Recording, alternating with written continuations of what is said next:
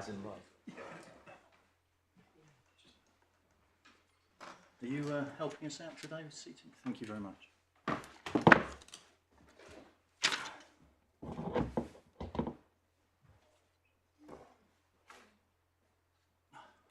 Splendid. We all ready?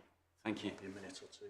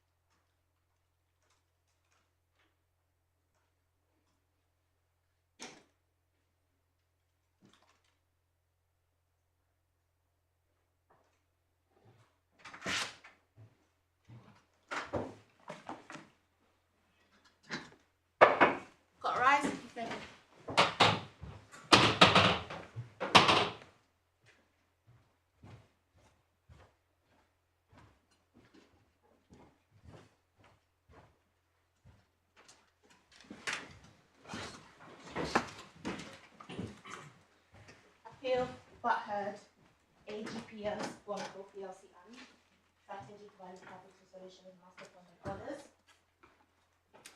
Yes, Mr. Bayfield. Morning, my lords. Before I get on to deal with ground one, can I just pick up on three miscellaneous points that have arisen out of the proceedings so far? The first point is a very short one, but I just want to check that there is no confusion at all. At the beginning of my learned friend's submissions on Monday morning, he referred to the 2024 note holders as getting security under the plan, and as if the other Sun holders were not getting security. He then corrected himself in the afternoon, making it clear that they all benefit from security post-plan, but that the 24s have priority security. That's obviously correct, and I just wanted to make sure that there was no confusion in that. First priority is the new money, second priority 2024, third priority is the Suns. That's right, so it's priority as between the Sun holders, not priority as regards the new money for the 24s. Yes. The second point I wanted to come back to was my learned friend's answer to my Lord Justice Snowden's question about the German proceedings in relation to the issue of substitution clause. As your lordships will recall, there has been a challenge to the issue of substitution commenced in the German courts, and my learned friend was asked about the consequences of that, and he said, well, if the substitution clause was ineffectively exercised, then the parent would become or would be liable under the notes, and therefore it was at risk of going into liquidation.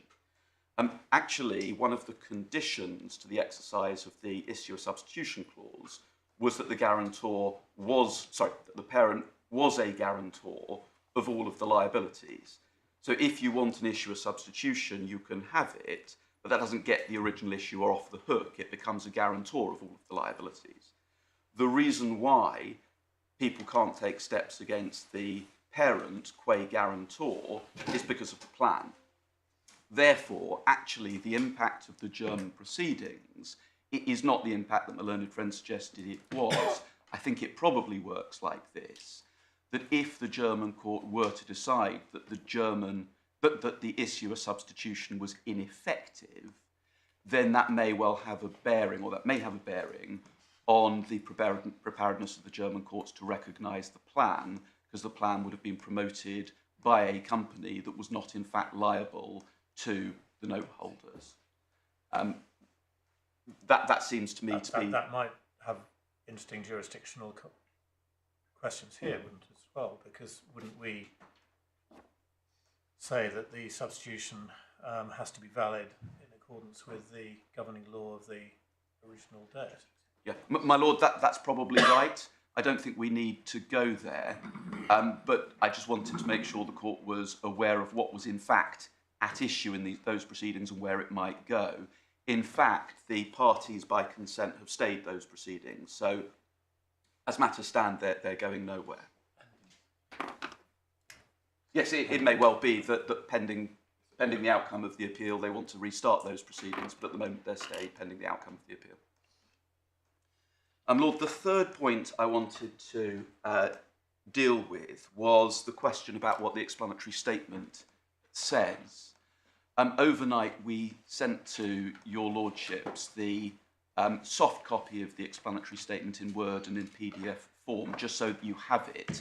I'm slightly worried that that went to listing and someone's ended up printing it all out for your lordships. I hope it didn't go to listing.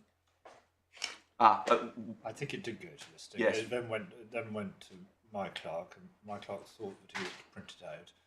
There's been a bit of misunderstanding, but it doesn't matter. Well, we apologise for that. All we wanted to do was make sure that you had it in soft copy. Which we have got. What I'd like to do now is just hand up the extracts that say what they say, so that your lordships can see what the explan discloses. I wasn't proposing to take you to that now because I want to get through my submissions, but what we've done is highlighted the relevant paragraphs, and of course added to those relevant paragraphs one has the BCG report, including the page to which my Lord Justice Nugee referred. And I would just say in relation to this area that one is dealing with sophisticated note holders who will well understand how bonds are priced, why maturity dates matter, and so on and so forth. So I've made those submissions. Those are the extracts that your lordships may find helpful, read together with the BCG report. And unless your lordships would like me to do so, I don't propose to take you through the highlighted paragraphs now. Okay, this must have come off a slightly different printer, simply because I don't think the page numbering corresponds to the ones we've actually got in the bundle. So, I mean, I'm just thinking that 647, for example, appears halfway up page 40 in the one in the bundle, and it appears at the bottom of the page on the printout, but I assume that otherwise the page numbers are about right. Well, can I take instructions? We'll get back to you on that at some point. I don't know. It is the final version, though. I mean, I very much hope so. Yes. White and Case and Miss Wang worked hard on it last night to extract the relevant paragraphs, and I'm sure they used the right version. Okay. So can I move on then to ground one, please? And what the appellant appeared to contend to say was that in contrast to the position under Part 26 in relation to schemes of arrangement, which is to assess the merits of the scheme without regard to other schemes which might have been promoted, in the context of restructuring plans, it's necessary to consider what alternative arrangements might have been proposed. Now, on that ground, if it's put that way, there may be very little between the parties. As you'll have seen from paragraph 302, subparagraph 6 of the judgment, what the judge accepted, and that this seemed to be the basis of ground one, was that as a matter of law, he didn't have to be satisfied that the plan was the best plan available or that it could not be fairer. Now, I understand from my learned friend's submissions that they don't go so far as to say, excuse me, that the court can only sanction a plan if it's the best plan which could have been devised, or that if a fairer plan could have been devised, the court is bound to refuse to sanction the plan. So it's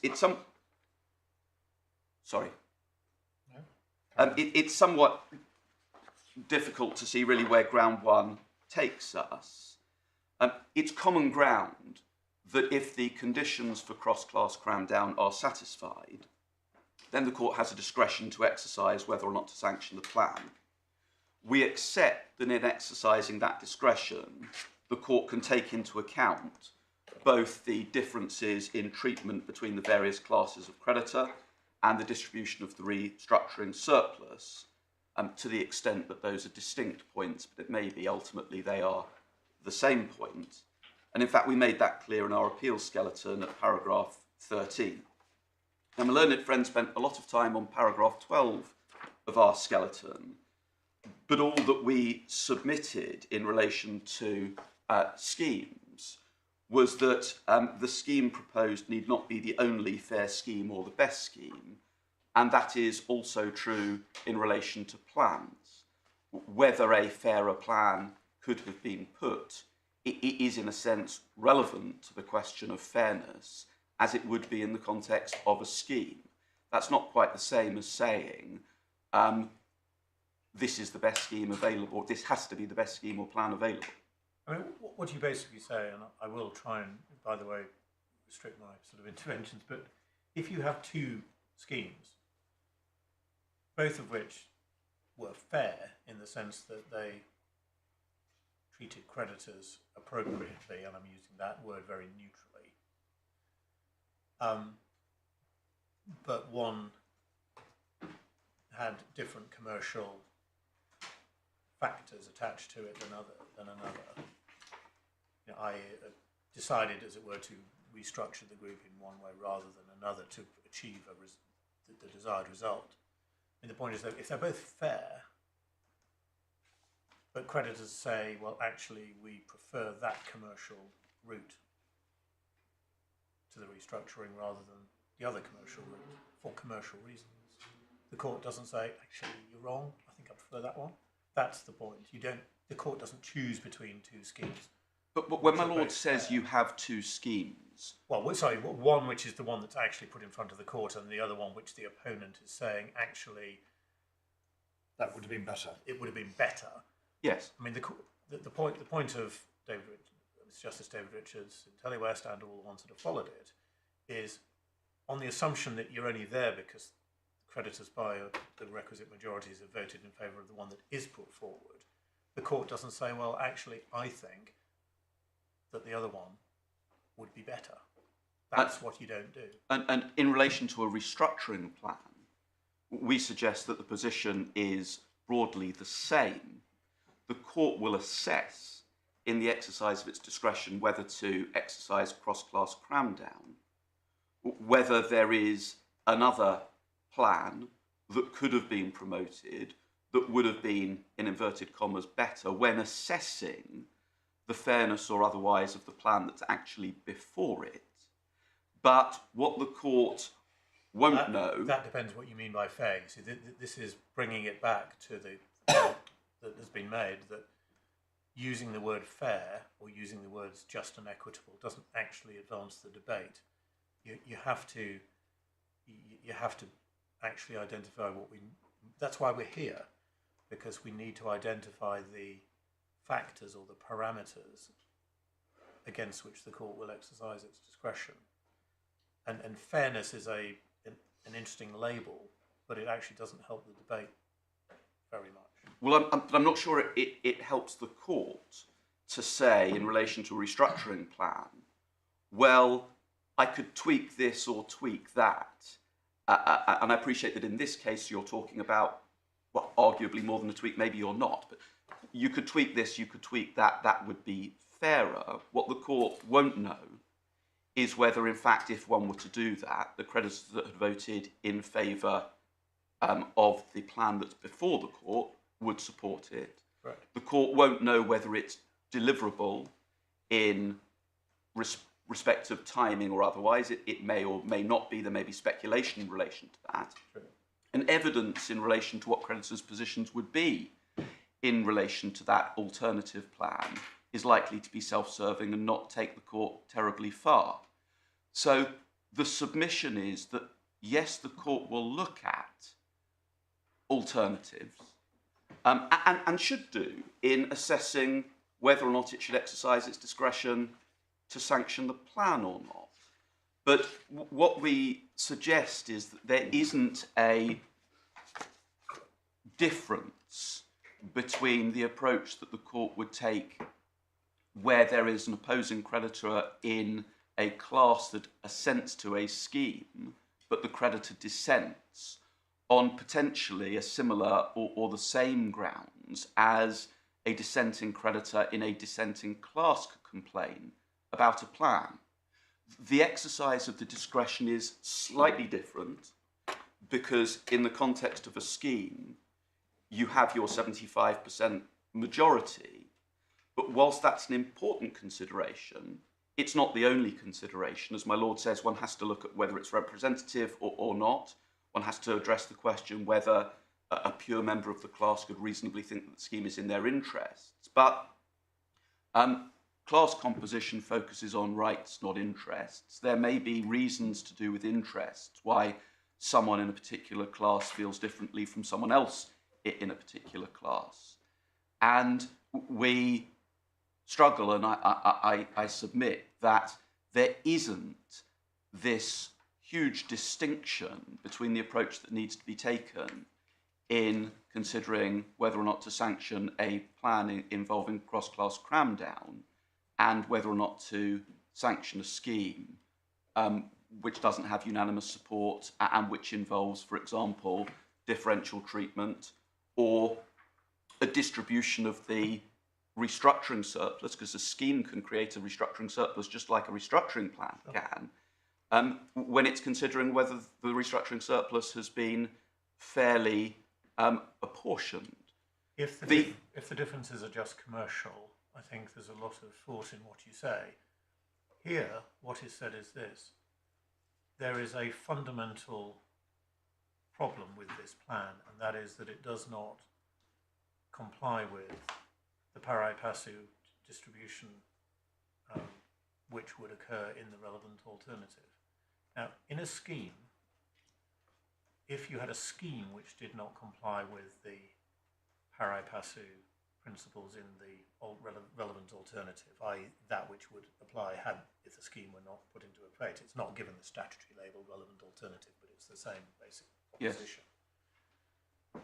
If that was made known to all creditors in the explanatory statement and all classes voted in favour of the scheme, notwithstanding that problem, the court would say, okay, you can vary the pari passu principles by a scheme, and properly informed creditors have decided that that's what's appropriate. Therefore, you carry on. What's said here is that the difference is you do not have all the assenting classes, and so the court actually has a non-assenting class which has not, by the requisite statutory majority, agreed to vary the pari passu principle that would apply in the relevant alternative. And that's a fundamental, it's said that's a fundamental type of difference. Well, it's an important difference, but let's assume in this case, Mr. Smith's clients have a 30% odd position in the 2029s. Let's assume they had a 20% position in the 2029s, or for whatever reason, 75% had been achieved. The plan is identical to the plan that was before Mr. Justice Leech, but rather than 62.28%, it had been 75. Yep. Now, well, provided, in that situation, I can see where you're going, provided that full disclosure had been made of the departure from the pari passu principle, we would be in the Virgin Atlantic situation of all classes assenting, properly informed that the plan departed from pari passu, and you would not need to be exercising cramdown. So you would just adopt the approach, as in Virgin Atlantic, of saying this is just like a scheme where all classes have assented, given that they've assented on the basis of an explanatory statement which told them that it didn't respect pari passu. That's okay. Lord, it would have been, just as a side point, it would have been obvious to any plan creditor in this case that the plan diverged from pari passu in the sense that they would have got identical treatment in the relevant alternative and their maturity dates, save for the 24s, were being retained, preserved in the plan. We've been through the explanatory statement. I mean, that's your submission. I mean, we'll just have to form a view on that. My Lord, that's right. Or you'll have to come back to it, because I don't want to go over that old ground. We sort of canvassed it yesterday. I mean, either it's made sufficiently clear in the explanatory statement, even to sophisticated creditors, or it isn't. I mean, I'm not going to shut you out from coming back on that one. By all means, do if you wish. But I mean, I understand the point you're making. Let's assume. Yeah. Let's assume the explanatory statement says what it needs to say. Yeah. 75% means that all of the arguments Mr. Smith is running about unfairness and risk and the fundamental principle of pari passu being departed from with no justification, all the rest of it, all of those points, I think my Lord is saying, would be solved by a 75% majority. But because it's 62.28%, the outcome is totally different.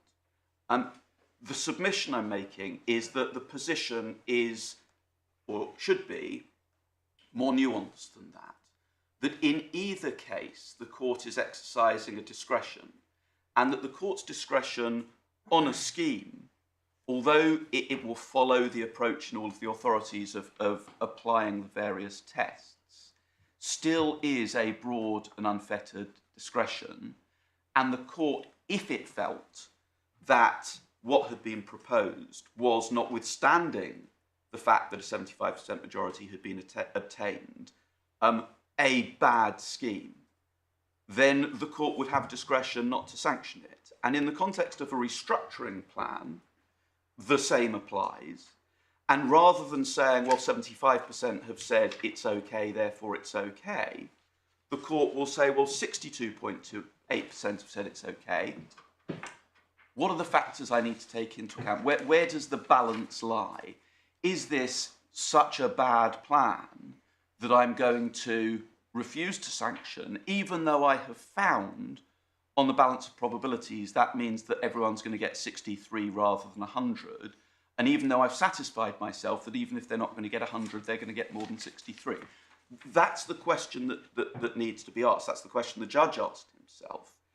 The submission that we make is that in the context of a scheme or a plan, it's obviously relevant whether the statutory majority has been reached. And where it hasn't, it's obviously relevant what the views are of the dissenting class and, in fact, of dissenting creditors in other classes who could make precisely the same arguments.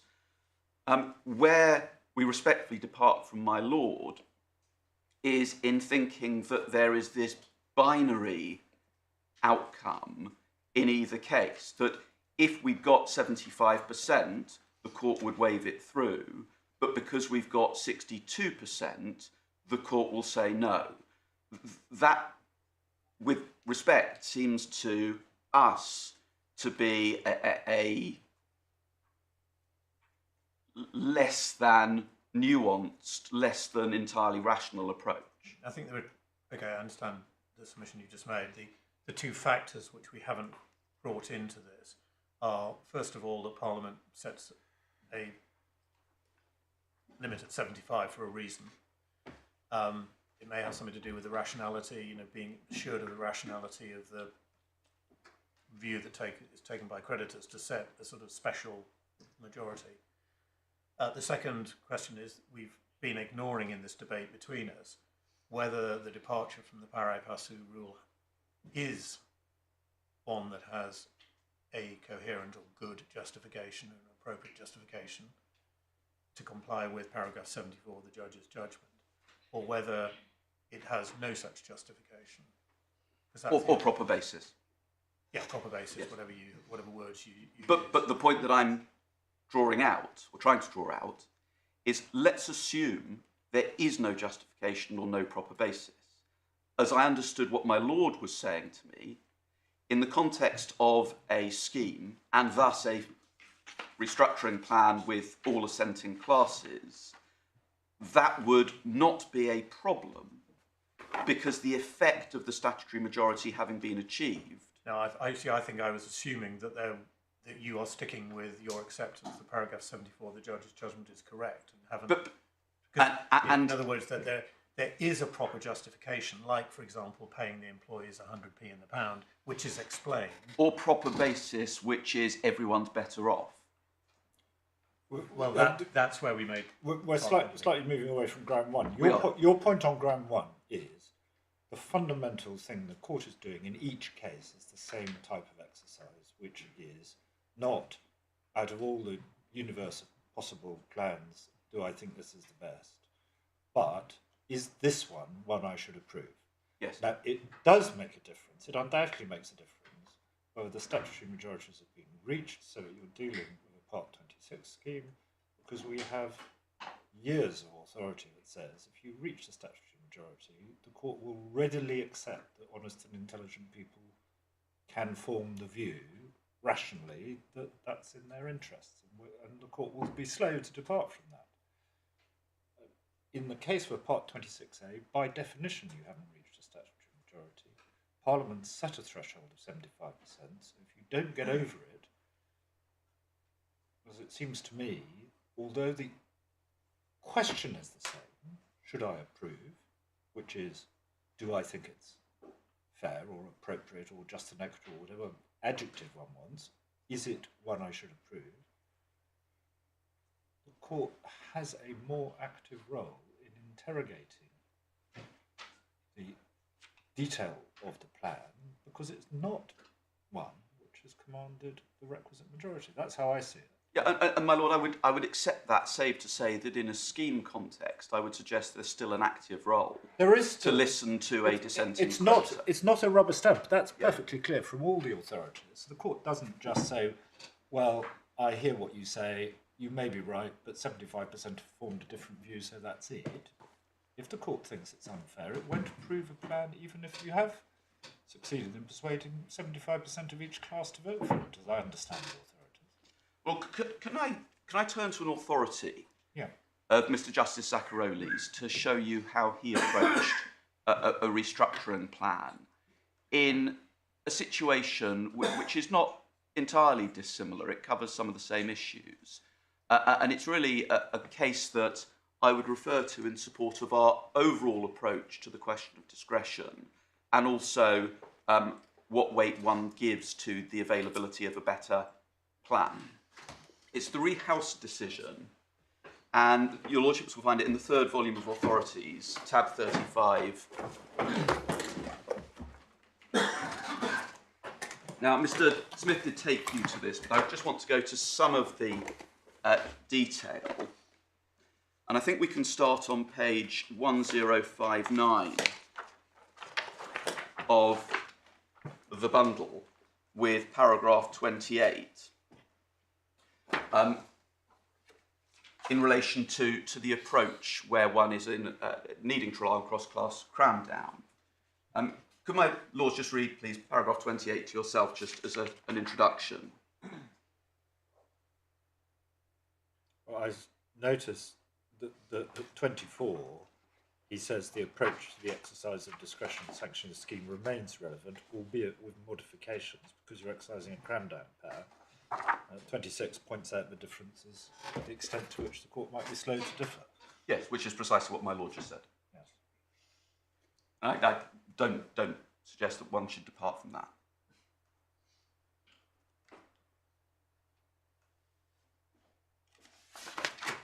So you accept 26 as a statement as the correct statement of principle?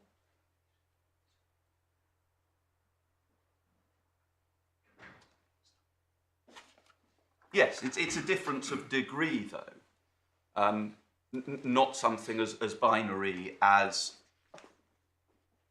the way, not my lord necessarily put it, but the way I suggested to my lord might be looking at it. Okay.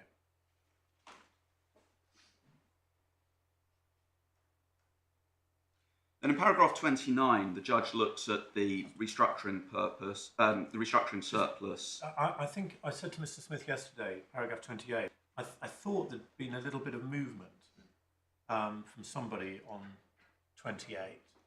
There has been. We do not say that there is any presumption in favour of cross-class cram-down when the conditions are satisfied, or that there's a fair win. Right. It is merely a jurisdictional threshold. Yeah, okay, because I think I doubted that in Virgin Active, and I think others seem to have, for once, said...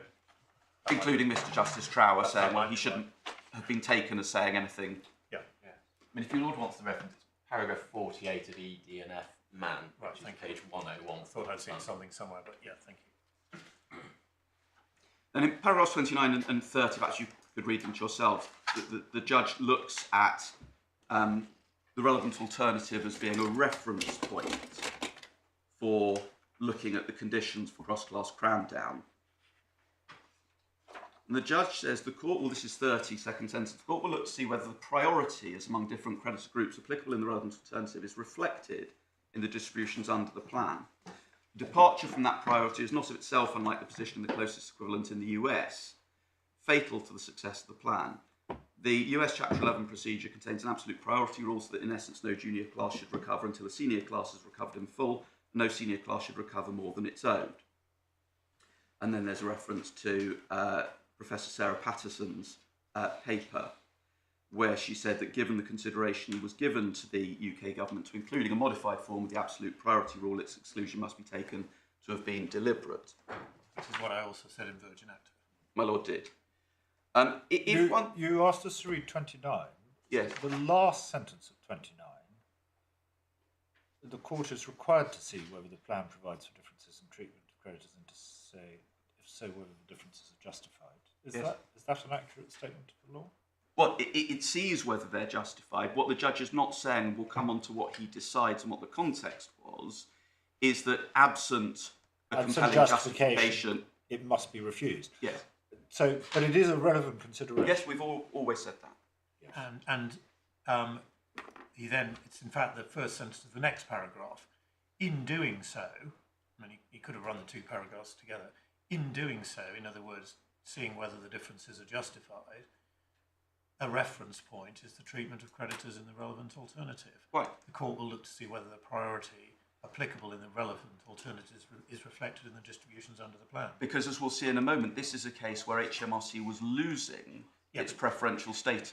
As a statement of principle, what Mr. Justice Zaccaroli is saying is, if there are differences in the treatment of creditor groups inter se, Yes. a reference point, or the way I'd put it would be potentially the starting point, is the treatment of creditors in the relevant alternative. Well, Mr. Justice Zaccaroli says that it's a relevant reference point. I fully accept that. I don't think I'd suggest it's not the starting point. What I would say is it's not necessarily the end point. And we'll see what happens in this case in a moment. Right, but if it's the starting point, and if the court looks to see whether the differences are justified, he is, it would seem, suggesting that you shouldn't be departing from the treatment of creditors inter se in the relevant alternative without justification. Well, can we come on to see what he decides? Yep. So my lords could turn the page. You'll see from paragraphs 33 and 34 how the creditors of House, in particular the bank and HMRC, would fare in the relevant alternative and under the plan. Could you please read 33 and 34 to yourselves?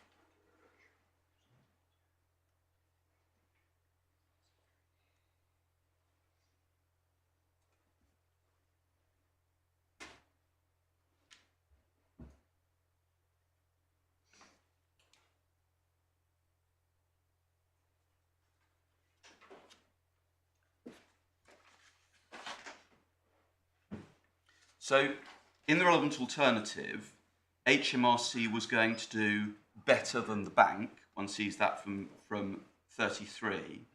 But under the plan, HMRC was going to do better than it would do under the relevant alternative. Now, in 35 to 37, the judge considers the justification for the differential treatment of the creditors, including the bank, and he deals with the bank at paragraph 37. Could I ask my lords please to read 35 to 37 to yourselves?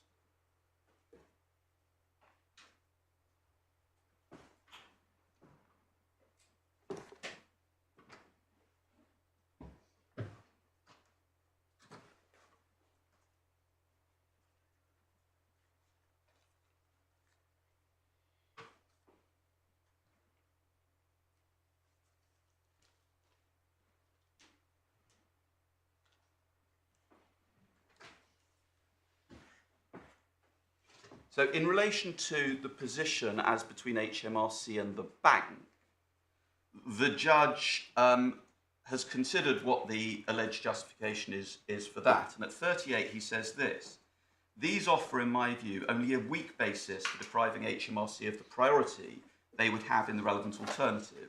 This is not a case where the company is dependent on the bank to be able to continue trading.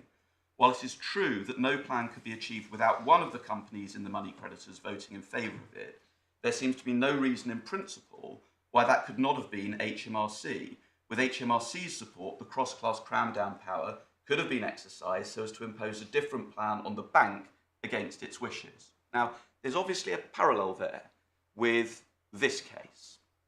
Learned Friend says, well, there could have been a better plan which involved rateable treatment, and it may have got through, or you could have had a plan where there was a 29 class and that would have been the assenting class, or whatever.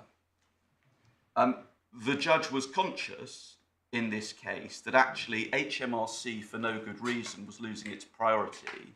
The bank was getting too good a deal.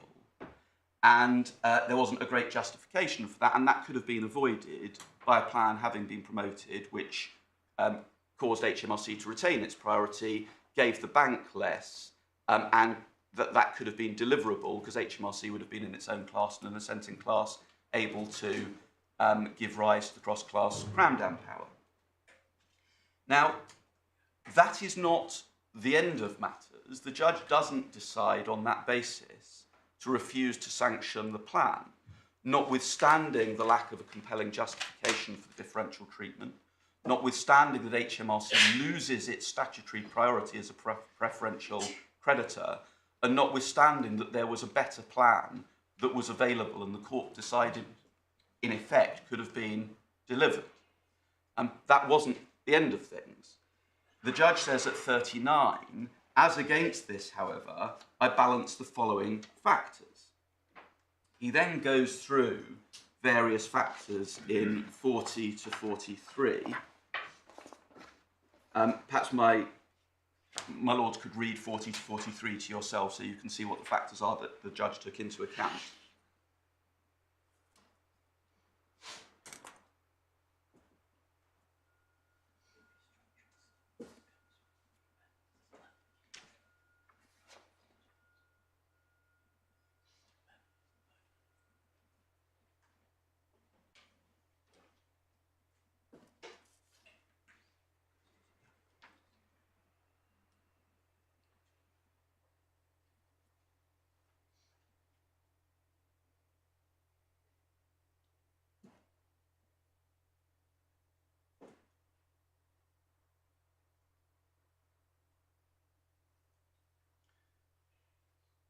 One, my lords have had a chance to read that. One gets then to paragraph 44.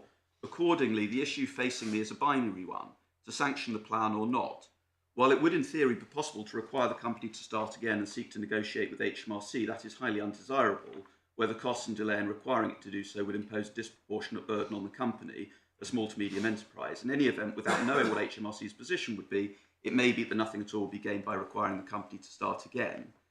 If I refuse to sanction the plan, then the evidence indicates that all creditors, including HMRC, will be worse off. Paragraph 46, in these circumstances, I'm prepared to exercise my discretion so as to sanction the plan.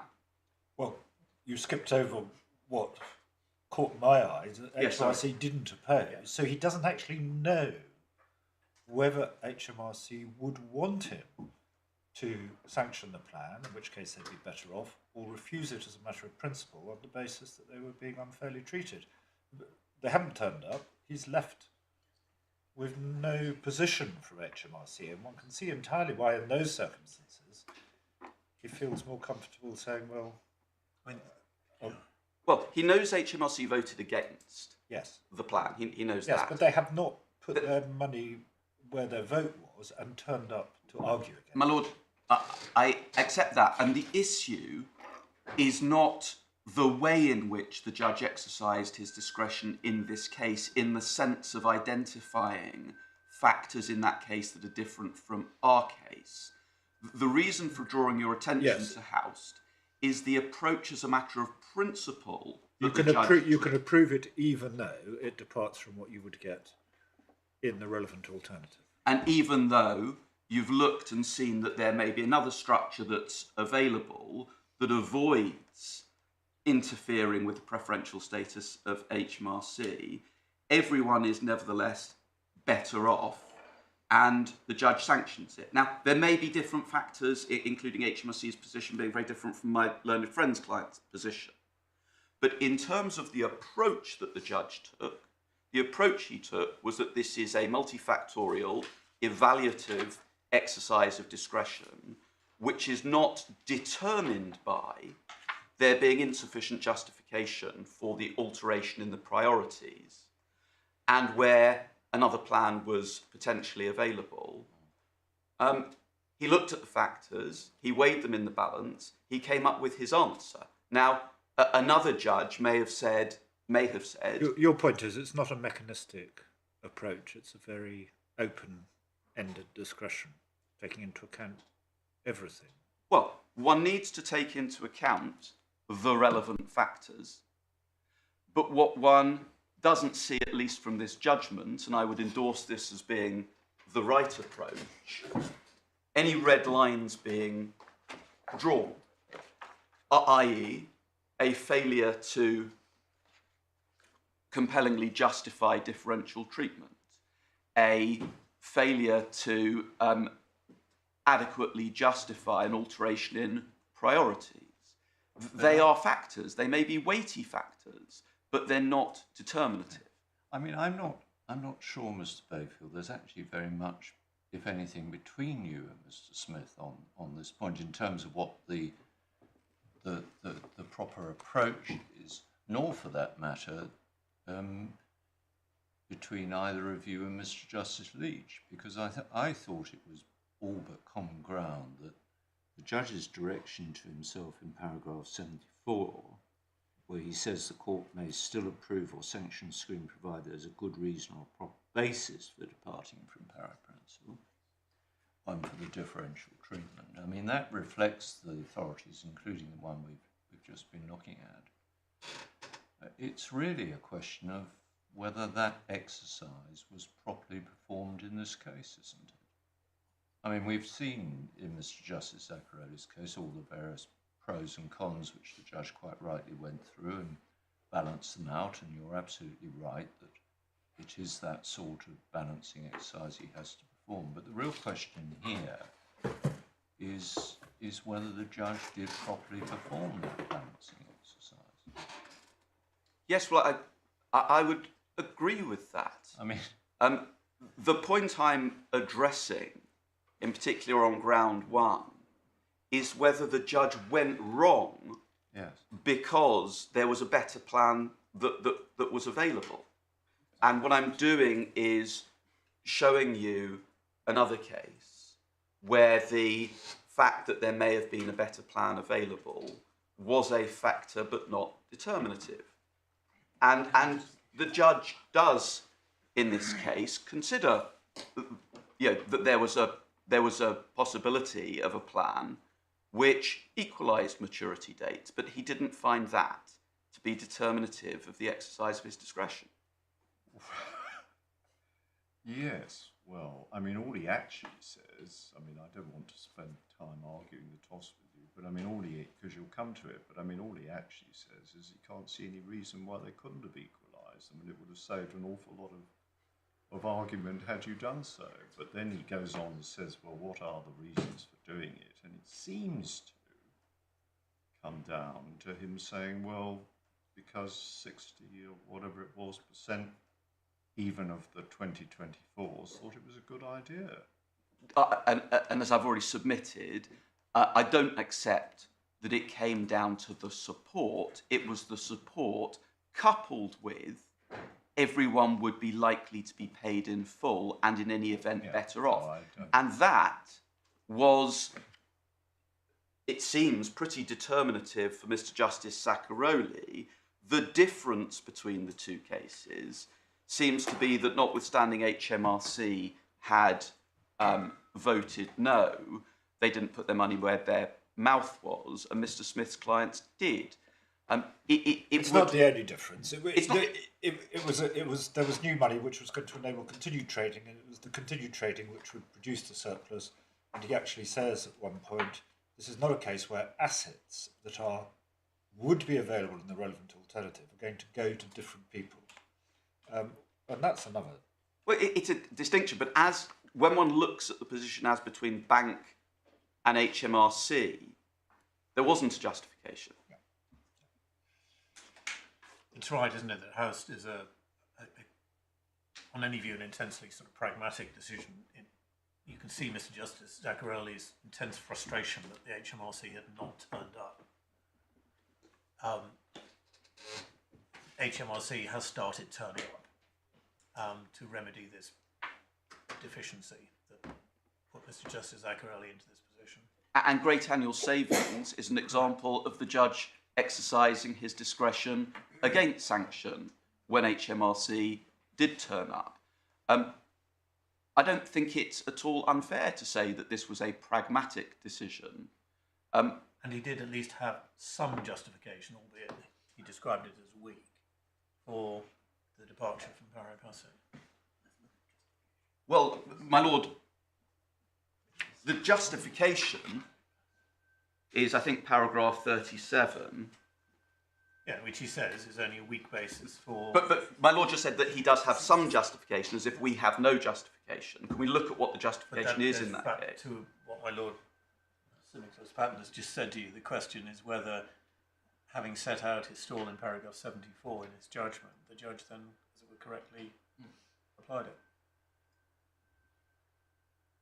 it. Sorry, my lord. Sorry, the question in our instant case is whether, having set out the test in paragraph 74 of his judgment, Mr. Justice Leech then correctly applied it. That is right, but there was a basis in this case for departing from... there was a basis upon which he could be satisfied that, notwithstanding the difference in horizontal treatment, the plan could be sanctioned, and that was that everyone was likely to be paid in full, everyone was likely to be at least better off, and there was support, and we'll come on to the voting in due course, from 62.28% of the dissenting class, including 65.5% of the pure members of the class, the calculation that my Lord Justice Snowden, I think on day one, had already made. Yeah, well, we're going. Those are the other grounds which we're going to come on to. We're going to come on to that. Is that what you want to say on ground one? I was just going to draw your lordship's attention to two paragraphs where the judge did mention alternative structures. My Lord Sir Nicholas Patten's already referred to one, which is paragraph 302, subparagraph 7, in terms of harmonising the dates. Yes. So he was aware of and looking at the possibility of other structures. And he also, as you know, in paragraph 324, questioned the retention by the shareholders of the lion's share of the equity. And in paragraph 3262, let's look at that, considered a different plan where that wasn't the case. And this is a case where the judge did take into account the relevant factors. He may have exercised his discretion differently from the way that my lords may or may not have exercised the discretion in the same position. But as my Lord Nicholas Patten says, the question is whether he actually went wrong in the exercise of his discretion, because merely... They've got to satisfy us, or the issue before the judge was whether or not such positives as the judge identifies made his decision one that the judge could reasonably come to on an application of the relevant principles which we've gone into. Correct. If merely because we might, or some Other judge might have taken a different view, or it isn't enough. You've got to show it's outside the proper boundaries of the discretion. Well, I agree. Yeah. Yes. Ground 2. Yes. Lord, ground 2 is that the judge erred in law in applying the honest and intelligent person test when that test is inapplicable, it's said, in the context of cross-class cram-down. Now, I'm not sure that does justice again to the judge's judgment. It appears to be based on two sub-paragraphs of the judgment, paragraph 3062 and paragraph 3102. Could we start, please, with 3062? So we're behind tab 5 of the core bundle on page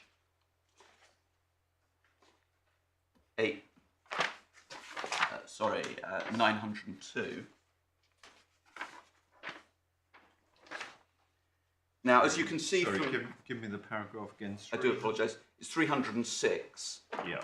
It's subparagraph 2, but we need to start with the opening words of paragraph 306. Right.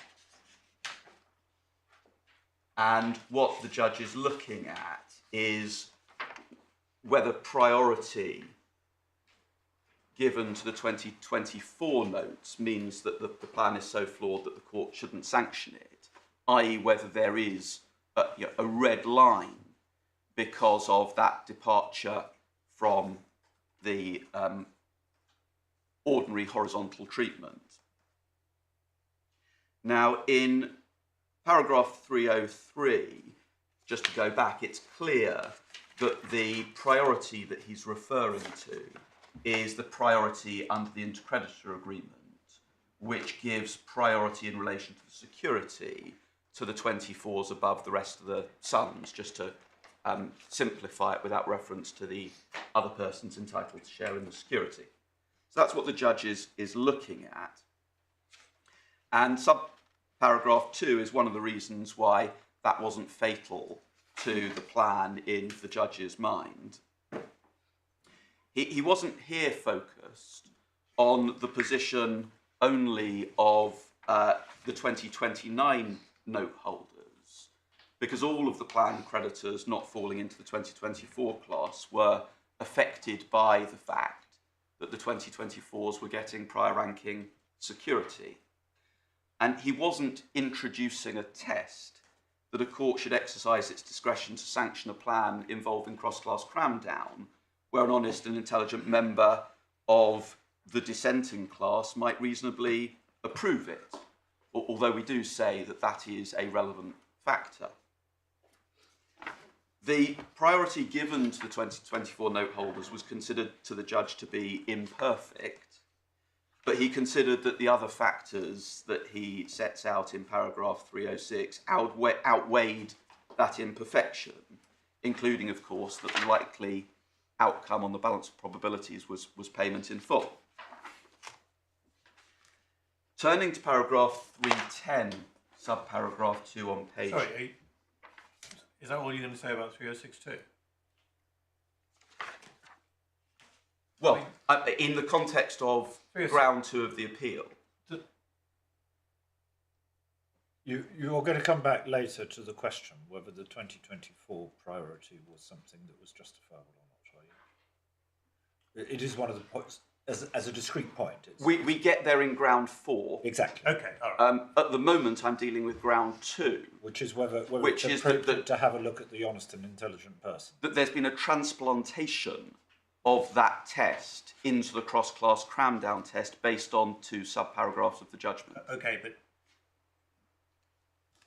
accepting, and I'm grateful that you're going to come back, as the Lord's indicated, to 306.2 in the context of ground 4, but even in the context of ground 2, what does he actually mean when he says, in my judgment, this is a good reason why an honest and intelligent person might approve the plan on these terms?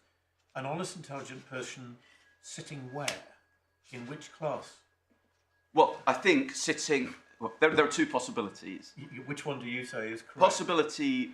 Let me deal with the possibilities first. Possibility 1 is he's addressing the 2024 class themselves, and he's saying a 2024 can put up with the extension of their maturity date because they're getting security. Why would he even be doing that? He knows the 2024s have voted in favour. Or are you just saying it's like the sanity check with a scheme? Quite possibly, in the context of the 24s. Right. Or he's looking effectively collectively at non-24s, okay, none of whom are getting priority security. Yeah, and okay, so I would actually suggest the reference to EDNF Man at 54 must be the first, mustn't it? It must be the first of those 2 possibilities, because isn't that what Mr. Justice Trower was doing at paragraph 54 of EDF? He was dealing with, as it were, he's just doing the cross-check within the assenting class. Yes, I think that's right. So in fact, you say what he's not doing here is using this may be a point in your favour, right? He's not. I hope so. Yes, what he's not doing is saying, I can exercise cross-class cram-down because a member of the 2029 class could consider that as an honest and intelligent person, Yeah. If all he's the doing, plan can be approved on those terms. if all he's doing here is exercising a sort of sanity check within the 2024s who voted in favour, then there's nothing more to be said about this particular paragraph. If he's doing something, if he's using it for something more, i.e. the second alternative, namely Yes. he's using the assenting vote in the 2024s as a justification for cram-down, then we've got a very different question. Yes, I don't think, and my suspicion is he's not doing it in the context of focusing on cram-down of the 29 class. So you say that sentence is explicable purely as a sanity cross-check within the 2024 class? It may be a sanity cross-check generally outside the 2024 class, Okay, but well, it's not clear. well, let's come back to that under ground 4, because I think that's where it properly belongs. If that were what he was talking about, then it comes under ground 4, doesn't it, as my lord indicated? It does. You're going to come back to. Can you excuse me, please, Mould, one moment?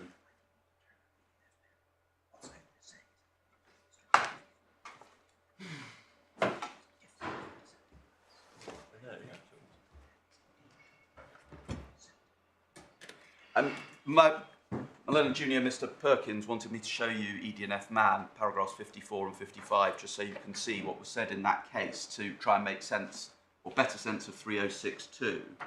Can we turn it up, please? ED&F Man is in volume 3, tab 32, the authorities bundle.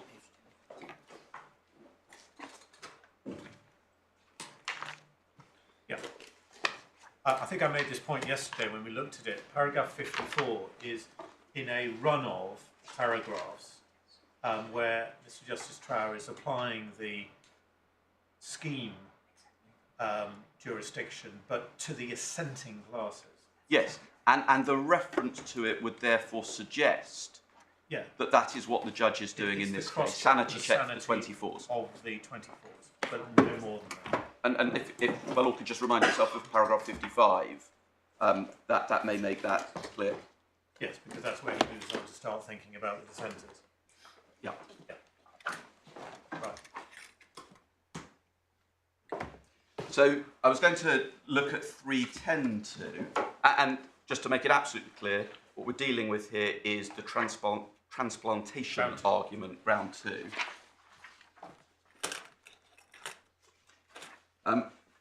This is in the context of the CNs and the SSDs not being the subject of the plan. To make it clear that the SSDs and the CNs are not in fact liabilities of the plan company. So it's not that they're being left out of the plan. What's going on is that the plan company is not doing something to bring them within the plan by taking on liability for them, or alternatively, that there is not an interdependent plan by a principal obligor of those obligations that deals with them in the context of that plan. Yeah, I mean, this is all brought about by the fact that you've brought, as it were, the company within the scope of a plan by the issue of substitution clause, which was a contractual mechanism by which it could be done. Which you didn't have with the CNs. Correct. Or arguably didn't have.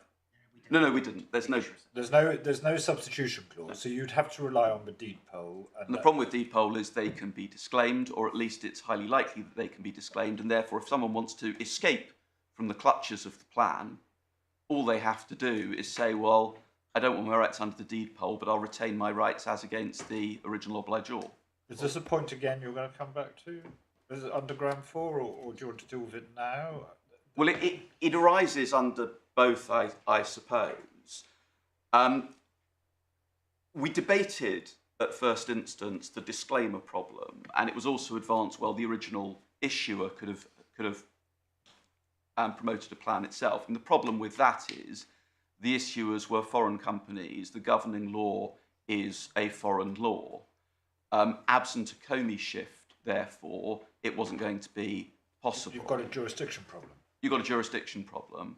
And I appreciate Mr. Smith says that 165 million euros is a large sum of money. Of course it is. But relative to the amount of the debt being subject to the plan, it was relatively modest. In any event, the judge didn't determine, you can see from paragraph 309 final sentence, the issues that had been raised on disclaimer and the problems of getting the plan recognised abroad, even if you could create a sufficient connection. But he went on to say...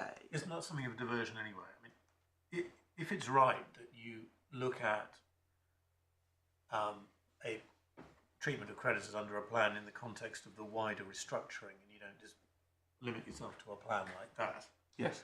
Which I think is generally now accepted, given the way these things go. The real question here is whether it's unfair to the 2029 note holders that as part of the wider restructuring, security is being given to people who had things that were being done otherwise, would have ranked pari passu with them in an insolvency.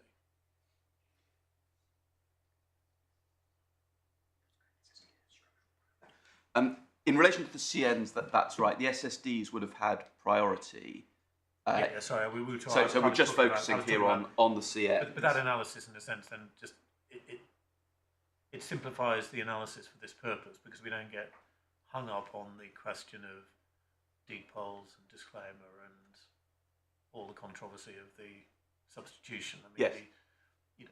It's the standard sort of point that if you leave somebody out of a restructuring, who would, in the event of an insolvency, be in the same position as you, is that appropriate or a reason not to? And the court has said in relation to that sort of thing, there can be commercial or practical reasons for excluding. Yep. My Lord, Lord Justice, we had a discussion about that in relation to Virgin yesterday. Sunbird, obviously Garuda in relation to suppliers and all the rest of it. Yep. And really what the judge is saying in 310 is that in relation to the CNs, well, he recognises that there's a debate which he's not going to determine about whether they could have been brought in, but given that they're only a relatively small amount, that is a practical reason for excluding them. He goes on to say there are good reasons why an honest, intelligent person might approve the plan without including terms to vary the CNs, because it's buying time to refinance or extend them in circumstances where there is at least a debate as to whether they could in fact be subjected to the plan. He is not there again focusing on the 2029 class and saying when exercising cross-class cram down I'm transplanting the honest, intelligent, reasonable creditor test into cross-class cram down. Because in relation to this question, all the sons have the same starting point, don't they? Yes. So this is a Virgin Atlantic, Exactly. Virgin Atlantic type sort of Yes. approach, or this is saying all the creditors, as far as this issue goes, in all the classes are affected by the priority given in effect to the convertible notes by leaving them out of the plan. By leaving them out of the plan. And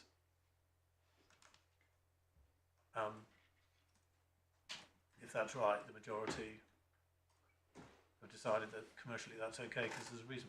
Yep. And then he says in 3, subparagraph 3, even if he's wrong, and there aren't good reasons for excluding them, he's satisfied that the terms of the plan overall are not unfair to the 29s for the reasons he's already given in relation to the 2024 notes. Well, that's ground four, and we'll have to come back on those. Yes, but the point he seems to be making there is, even if you have differential treatment which is not compellingly justified, that's not fatal to the exercise of the discretion in favour of sanction. I have to look at all of the relevant factors in the round and form a view.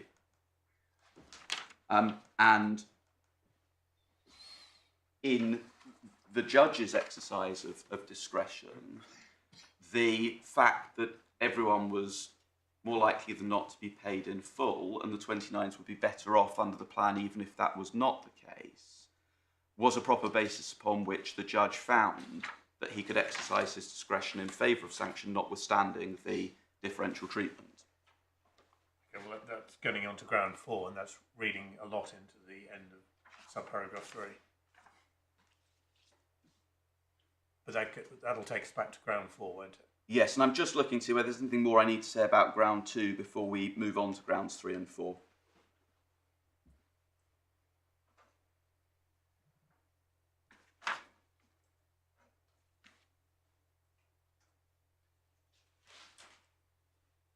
Lord, I don't think I need to say more than that. I mean, one needs to look at those 2 subparagraphs, ask oneself, what's the judge actually doing? The answer is not transplanting that test that applies to a scheme to determine whether or not he should cram down the 29s. I think, isn't the other paragraph there where it is said that, in essence, the judge did make such a mistake, was in his sign-off paragraph at 3029.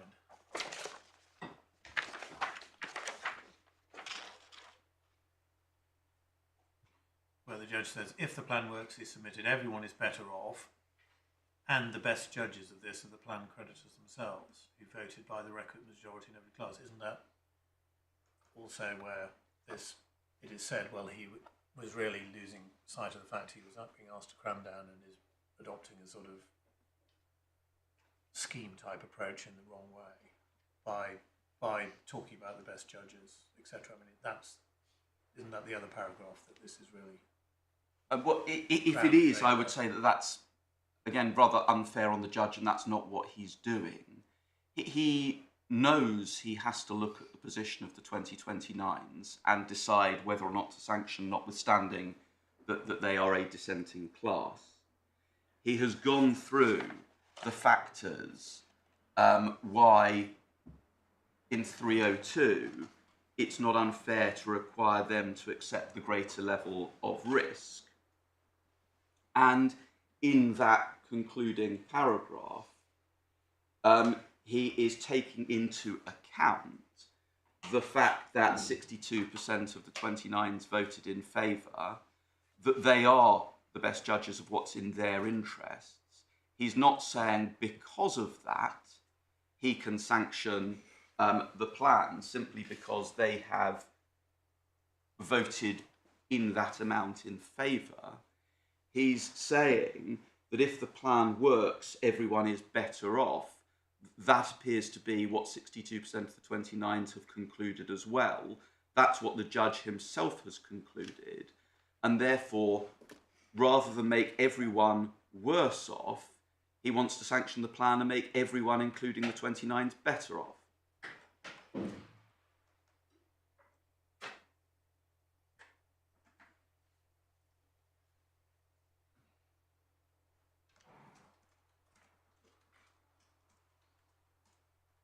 Can I move on to grounds 3 and 4, which I'll take together? Yes. The essence of the appellant's case is that the sanction, in this case, should have been refused on the basis that it departs from the pari passu principle and that the departure from the pari passu principle wasn't justified. Now, we accept that the plan creditors do not receive equal treatment under the plan, and that the real issue is ground 4, not ground 3. And that's whether or not the judge went wrong in sanctioning the plan in circumstances in which the plan creditors do not receive equal treatment. That's the central issue, and I think that's probably the way that my Lord Sir Nicholas Patten put it as well. Now, in that regard, there's a difference in approach between the appellants and the company, the appellants contend that it's wrong to sanction a plan which involves differential treatment unless there's good justification for that differential treatment.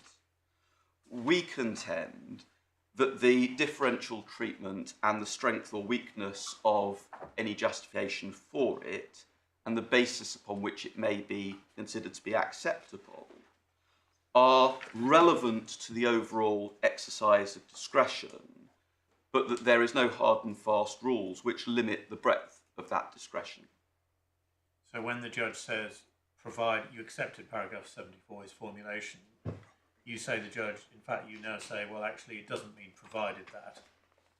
It may mean it should read, well, it actually doesn't matter whether. So in other words, you wouldn't accept now, is that right? That doesn't matter. It is not right. They are factors that go into the exercise of the discretion. But provided that is not a proviso, you say. Where is my lord reading from? Well, the last part of paragraph 74, which says the court may still approve or sanction the scheme, provided that there's a good reason. Or a proper basis. Yeah, well, you're saying it's not actually a proviso in the way that it's expressed there.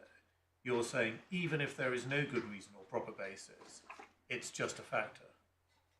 So you're saying it's not a proviso, it's a lesser test. Well, we read proper basis broadly.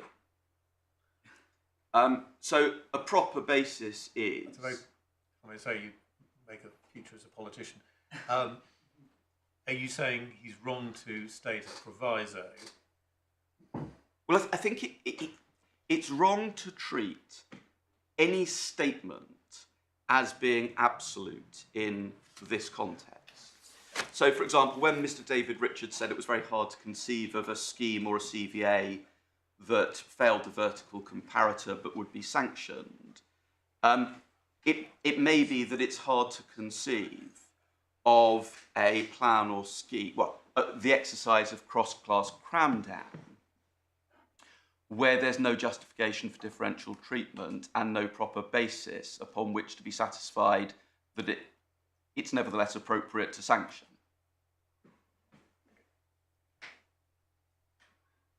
I mean, I hesitate to rise. I mean, to go to the point I rose on yesterday, I mean, there is no respondent's notice on paragraph 74. Yeah, I think I've just put the point you made to Mr. Bayfield, so you'll have a chance to reply.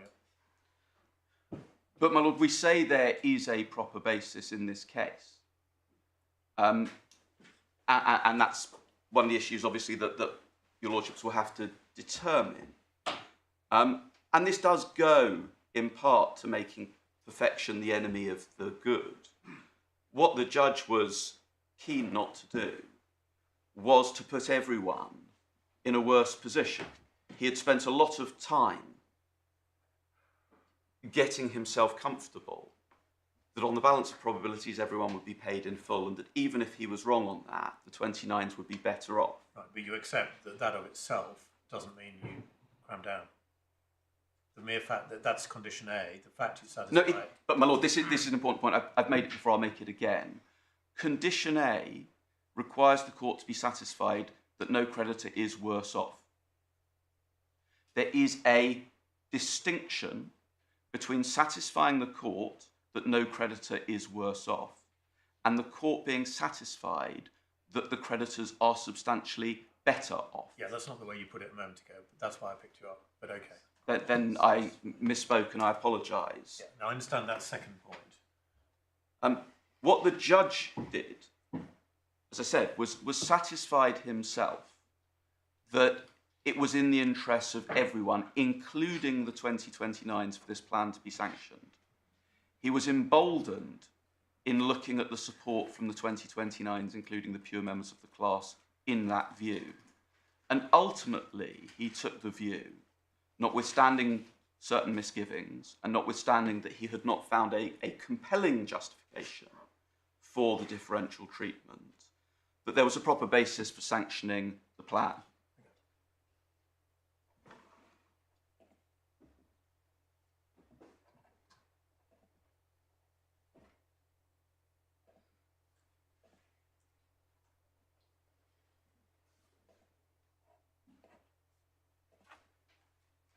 My Lord, I'll repeat a point I'd made, if I may, in my introduction. The legislature made Condition A a jurisdictional condition to cross-class cram-down. It didn't introduce any other jurisdictional condition other than Condition B, which doesn't arise in this case. And that suggests that the rule of thumb that the horizontal comparator is not to be elevated to a jurisdictional gateway to cross-class cram-down. It remains an important factor. I don't make any bones about that, but one shouldn't go too far with it. Now, the two forms of differential treatment that are relied upon by the appellants are the fact that the notes have different maturity dates post-plan, whereas they would be accelerated and therefore equalised in the relevant alternative. And the second point is the priority given to the 2024 note holders in terms of their rights under the ICA in relation to security.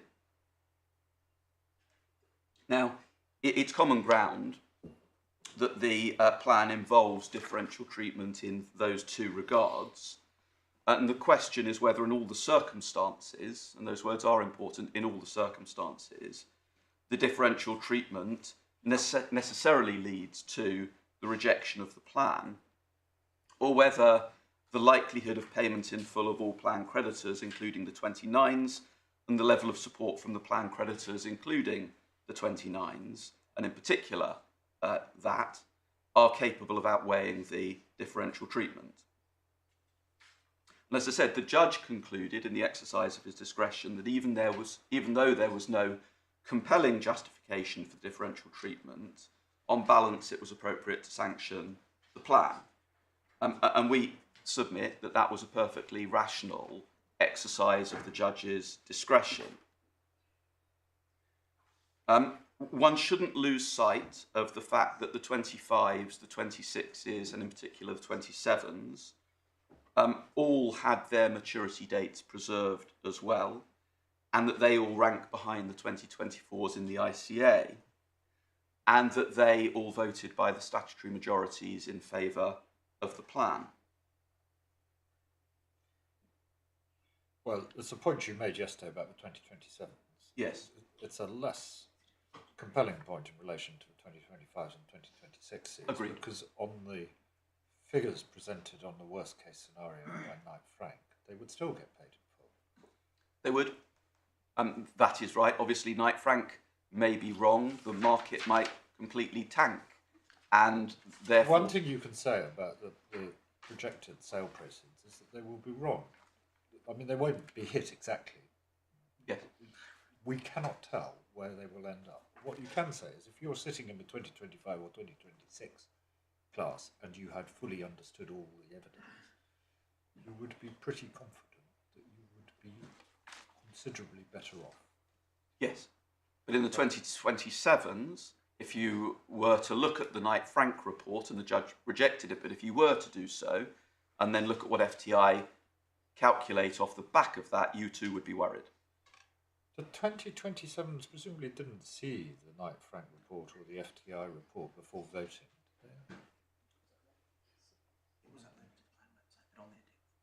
Yeah, it was uploaded to the planned website, I'm told, the day before the meeting. Right. They could, of course, have turned up and said, well, I've now seen this, I did vote in favour, but I want to oppose. Yeah. There's nothing to stop someone from doing that. How many of them had actually lodged proxies or voted the day before the meeting? My Lord, I have no idea. I think 100% of the vote. But you can change your vote at the meeting, and you can communicate thereafter that although you voted yes, you wish you hadn't. I mean, realistically, uploading the plan the day before the meeting is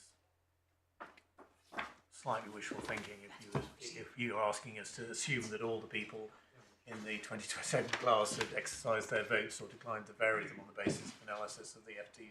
My Lord, I'm not saying that. As I read the evidence, not a single person turned up in person. Which is often the case. In all classes were by proxy. Yeah. And those presumably have to be lodged beforehand. Yes, and my lord, I'm not saying they would at the time of voting have taken this into account. In fact, it was posted on the website as soon as we received it. Yes. The point is They that, could have read it, changed their mind, and sent someone along to the meeting. or communicated to the court or to us at any time Yes. that actually the court should be told that although they voted yes, the court really shouldn't rely on their vote. Thank you.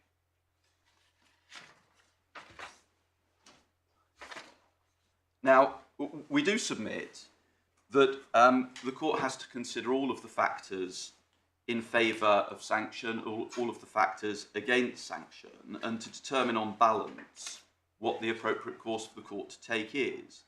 And that is the exercise that I showed your lordships, Mr Justice Zaccaroli took in-house, where the balance came down in favour of sanctioning the scheme. And it's the same exercise that Mr Justice Adam Johnson took in Great Annual Savings, where he said that the balance would have come down in favour of refusing sanction had he found that Condition A was satisfied, which he hadn't. The judges are, and have proved themselves to be capable of considering all of the relevant factors and deciding how to exercise their discretion without the need for bright lines and without the need for a rigid framework.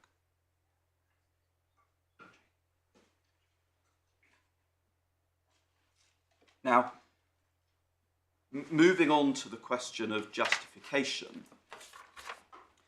we don't go so far as to say, and can't, that the judge was wrong to hold that there was no compelling justification for the preservation of the maturity dates. Looked at through the lens of the relevant alternative, all of the notes would be accelerated, and so the maturity dates would be irrelevant. We accept that, but the plan creditors in large numbers and by large amounts have considered in all classes other than the 29s and by a 62% majority in the 29s, that it's acceptable for the maturity dates to be preserved, notwithstanding that they would undoubtedly have known and would undoubtedly have seen from the X-Plan and the BCG report had they read them, that in the relevant alternative, they would all rank equally and get the same 63% return.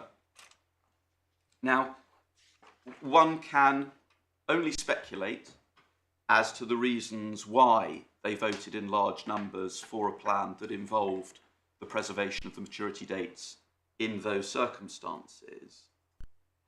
And that speculation may lead one to conclude that whilst the court looks through the lens of the relevant alternative at the existing rights of the plan creditors, that they themselves may be more concerned with their existing contractual rights, particularly in a situation where the plan does very little to their existing rights and is designed to keep the show on the road, whilst disposals are made from the existing portfolio to pay the liabilities owed to them.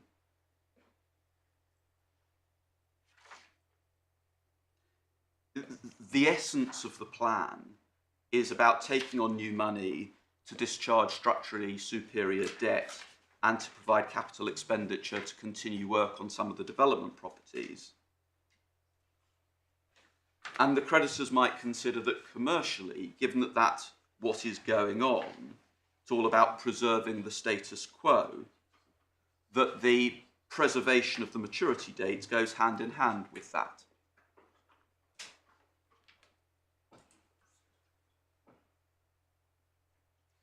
And Could you just say that last sentence again?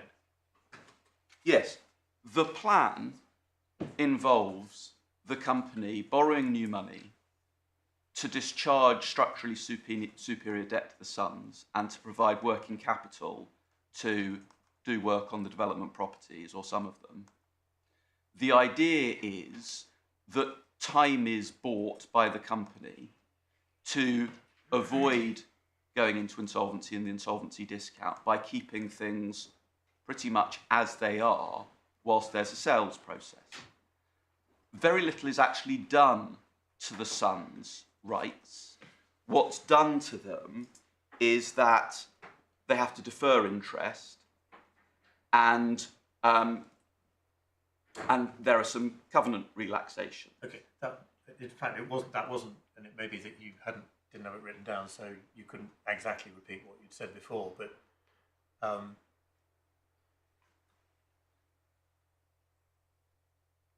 none of that is viewed through the lens of the relevant alternative. No, I accept that.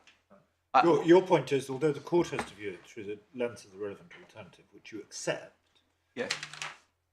it is rationally understandable why the creditors might have viewed it through keeping the company going and preserving their existing contractual rights, Precisely. including maturity dates. Yeah, they're not taking a haircut. They're just having interest deferred and having some covenants relaxed. They're getting security through the plan. But everything else is sort of unchanged to give the company time to avoid the doomsday scenario of suffering a hefty insolvency discount by going into liquidation. But what I don't get is that however the creditors view it, as you accept, the court has to view it through the prism of the relevant alternative, because it is the court you are asking to exercise the cram-down power. But the court does look at class composition and fairness through the lens of the relevant alternative. I understand that. So as a matter of principle, in a sense, why does it matter what the creditors may have thought when they were negotiating the deal, or when they were, whatever in their private minds they might have had in their heads when they voted in favour in some of the classes, but not others? Well, because it's the creditors that are being... The power that you're asking the court to exercise is one which is, as you accept, predicated upon looking at things through the prism of the relevant alternative. Yes, but what we're looking at here is the differential treatment and whether there is justification for it or whether it's done on a proper basis. And my submission is that it's dangerous to wear blinkers in relation to that and focus entirely on the rights in the relevant alternative in circumstances where that may well be not where the focus is of the creditors, because they are commercial people. They will look at what the plan is doing. And I'm not suggesting this is a compelling justification, but one looks at whether you're there not is even in a position to tell us it is the justification. This is speculative. As I said, yes. Yes. And I wonder to what extent the court needs to understand what might or might not have motivated individual creditors. What it needs to do is look at the impact on the dissenting class and whether that's something that's acceptable, isn't that? I mean, clearly a proportion, a not insignificant proportion of the dissenting, the 2029s, did look at it by comparison with the relevant alternative, because that we know through Mr. Smith is their objection. Lord, in the context of justifying differential treatment, the court has taken, on other cases, a commercial and fairly robust approach. So, for example, a company says, we need to pay all of our suppliers, because even if some of them are not critical suppliers, there's a risk of contagion. People won't contract with us. The court doesn't test that type of evidence. It's not going to second guess that sort of decision. Terribly. No, but that's where there is no difference in treatment between the classes on that question. Well, my lord, you take a CVA where the CVA affects the rights of the landlords by reducing their rent to 50% or 25%, and the British Gas is being paid in full, notwithstanding that if British Gas ceased to supply, Npower might supply. the court says, well, all of the suppliers can be paid in full.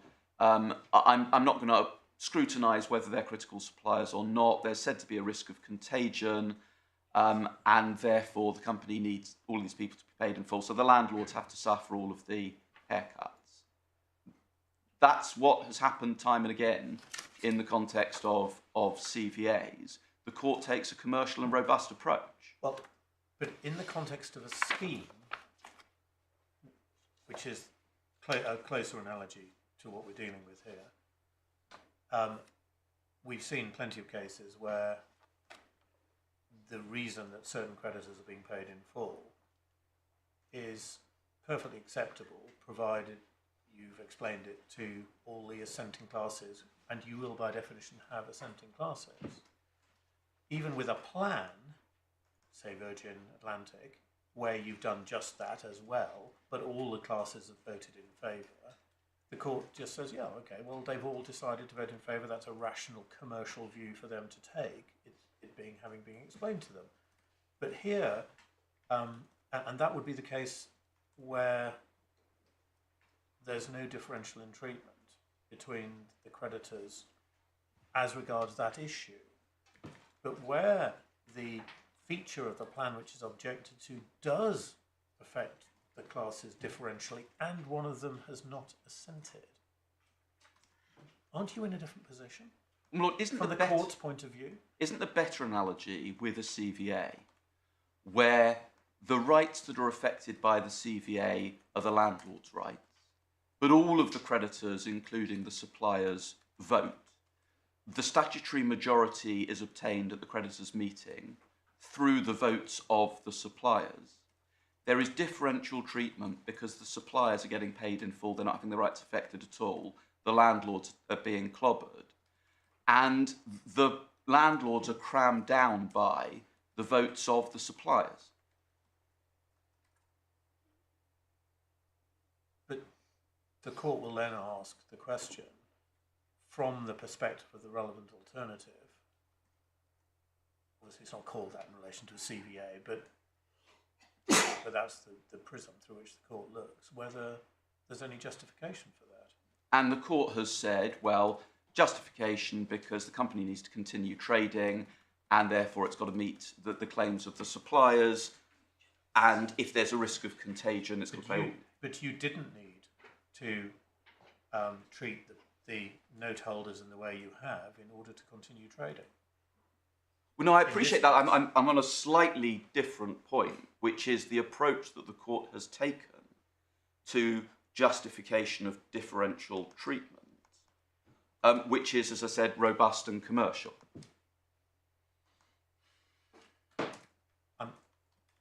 I think what you're saying is the court will defer to a commercial judgment of commercial people as long as they conceive that it's a rational way in which those creditors could form a view. And I think the objection that you're facing is that there isn't actually any rationally supportable basis for giving security to 2024s or loading all the risk onto the 2029s, and the suggestion that what you're doing is simply preserving the status quo and preserving the maturity dates, and that that's a reason for it, on examination doesn't stack up, because the alternative is insolvency, and in insolvency the maturity dates cease to be of any relevance. That I think is the argument you're facing. Yes, no, I fully understand that, and my answer to it is that A, there is, albeit not compelling, a commercial justification which your lordships may or may not accept, and even if I'm wrong on that, then there's still a proper basis for exercising cross-class cram-down, because one takes into account all of the factors, including the expected results of the plan, in particular for the dissenting class, and the level of support for the plan from that dissenting class, and one exercises discretion in weight of all of those factors. It does mean reading, I mean, we have said more than once between us that one shouldn't construe the judgment as if it were a statute, but it means reading the words good reason or proper basis in paragraph 74, not as on their face they appear to be a good reason or proper basis for there being differential treatment, but as good reason or proper basis for approving the plan despite differential treatment, which is not quite the same thing. And is it your submission for judgment the latter? Because he appears to me to say this former. Well, if he meant the latter, that would certainly chime with the reasoning that he gives for exercising his discretion as he does. And yes, I see. If he means the former, well then he doesn't clearly articulate what that justification is in circumstances in which he rejects certain arguments as being compelling justifications.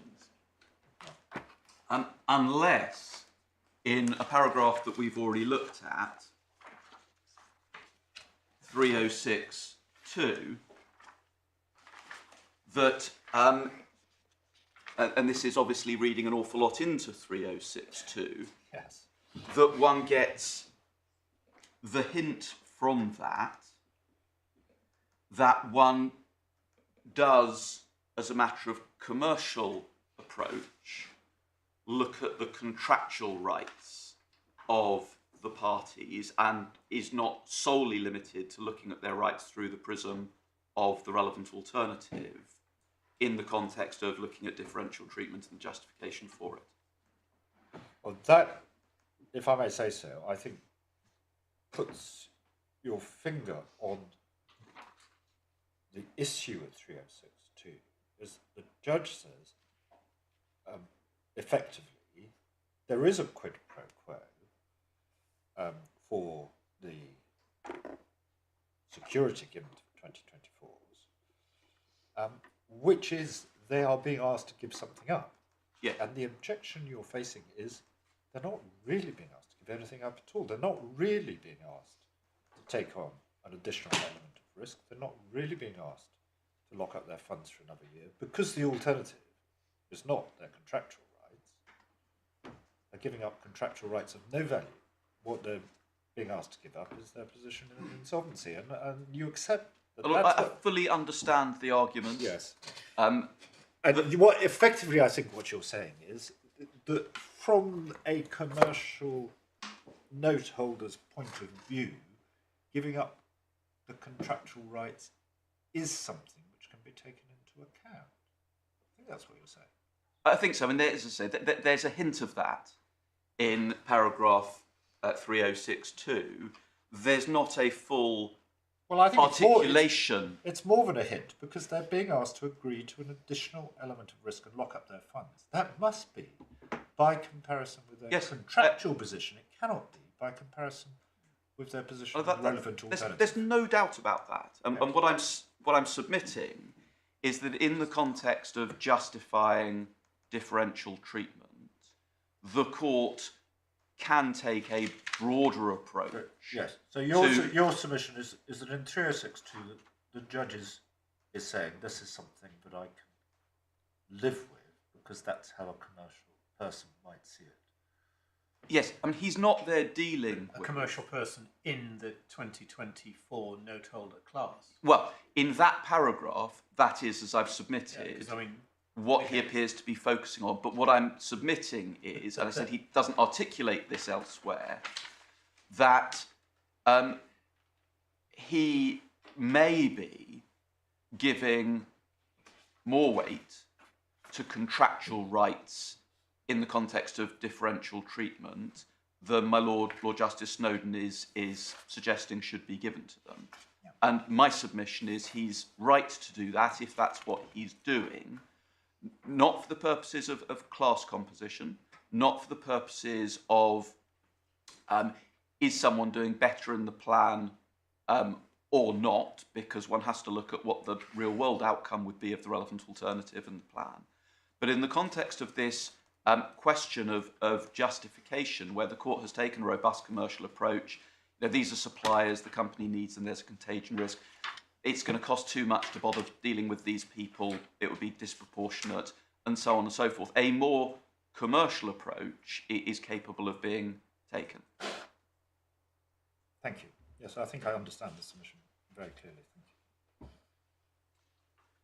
you. Lord, I think it would be sensible at this juncture to look at the judge's exercise of discretion, starting indeed with paragraph 302.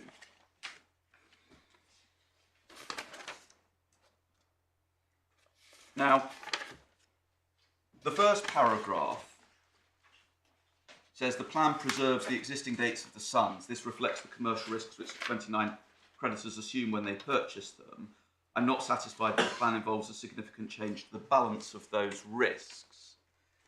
There, what he is focused on is that as a matter of contractual rights, where the note holders acquired their notes, they did so in circumstances of appreciating that later dated notes were, from a credit risk perspective, riskier than early dated notes because the company can, at any stage, run out of money, so the sooner you're paid, the better. And one would imagine that that's priced into the notes. Therefore, the 29s had, as a matter of contract, when they acquired their notes, taken a greater risk. And what he seems to be saying here is that in circumstances where he has held that on the balance of probabilities everyone will be paid in full, but there is a degree of risk in that regard, and that risk is borne more by the 2029s, that reflects the position that they were in when they acquired their notes in the first place. That's irrelevant, isn't it, if your frame of reference is the relevant alternative? It's a frame of reference point again.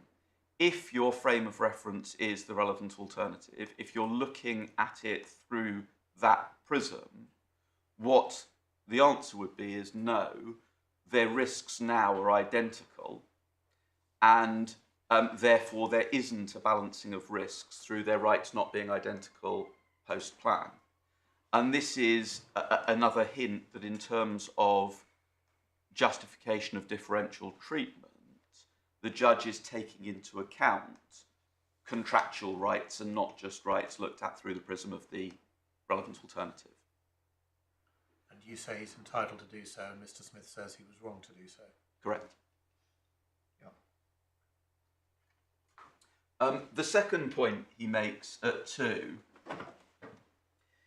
is that it's most likely that the notes will be paid in full, but if the plan's primary purpose fails, he considers it's likely that the maturity dates will be accelerated and the 29s will cover more than they would in the relevant alternative. We'll come on to that second aspect of his finding when we look at ground 7. He then says, I'm satisfied it's likely they will not be treated differently and that the pari passu principle will be respected. Now, I think one needs to divide this subparagraph into 2. The first part of it is really looking at the likely outcome of the plan for the 29s as compared to the relevant alternative, which we say is of real importance.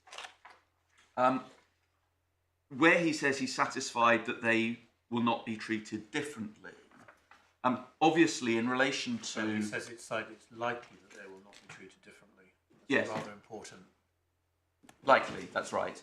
So that there's possibly a 49% chance they will.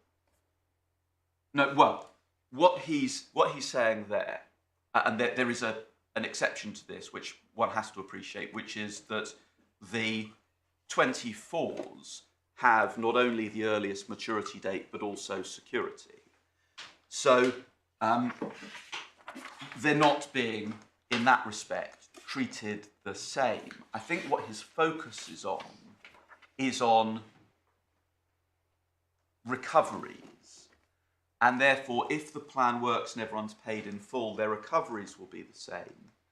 And if not, and there's an enforcement, then the recoveries will be the same for everyone other than the 24s.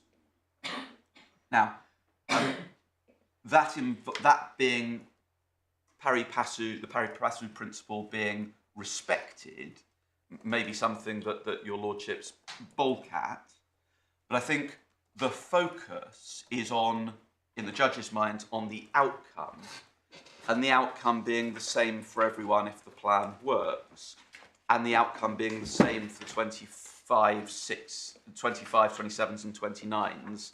But the question he's asking himself here is in the opening words, in the second sentence of this paragraph 302. He's asking himself, is it unfair to require the 2099 plan creditors to accept a greater level of risk than the other plan creditors? This is the risk that the plan fails. Yes. And he balances the risks, 302.9, and decides in favour of sanction.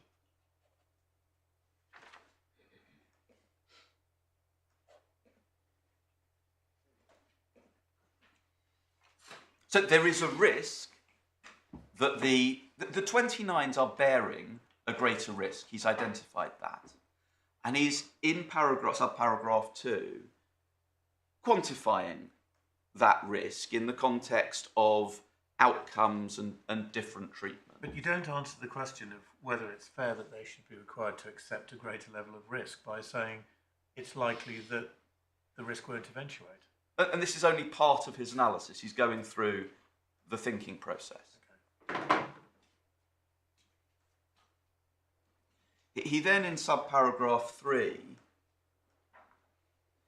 again is looking at the outcome for the 29s in the event that things don't go to plan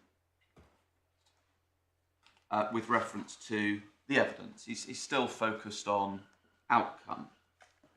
And then he looks at subparagraph 4. Before you leave subparagraph 3, where is that £500 million figure come from? Is it dealt with elsewhere in the judgment? Is it somewhere in the evidence? Do you not remember?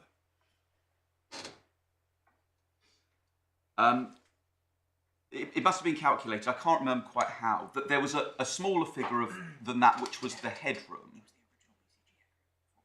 The headroom got reduced. The headroom's 300. We know it's 300. Got reduced to 309 million. It went down from 400 to 309. Mm-hmm. Yeah. I assume. I can't recall that the £500 million is the amount of the headroom plus the amount that would have to be unavailable to the 29s before they were in a worse position than under the relevant alternative. Okay. But my lord, I'm afraid I can't remember precisely where that figure comes from. We can see if we can find out.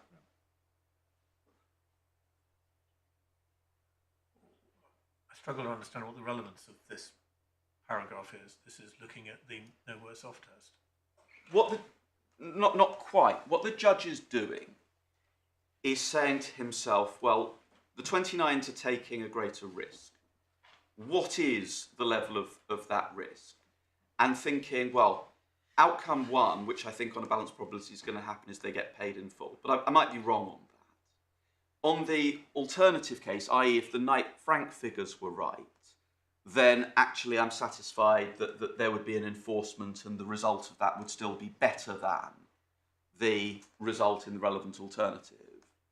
And then in paragraph 4, he looks at the doomsday scenario, which was Miss Rickleton's scenario of the Knight Frank figures being right and there being no enforcement of the security such that the money simply runs out before any part of the 2029's principle is paid. I didn't understand what you...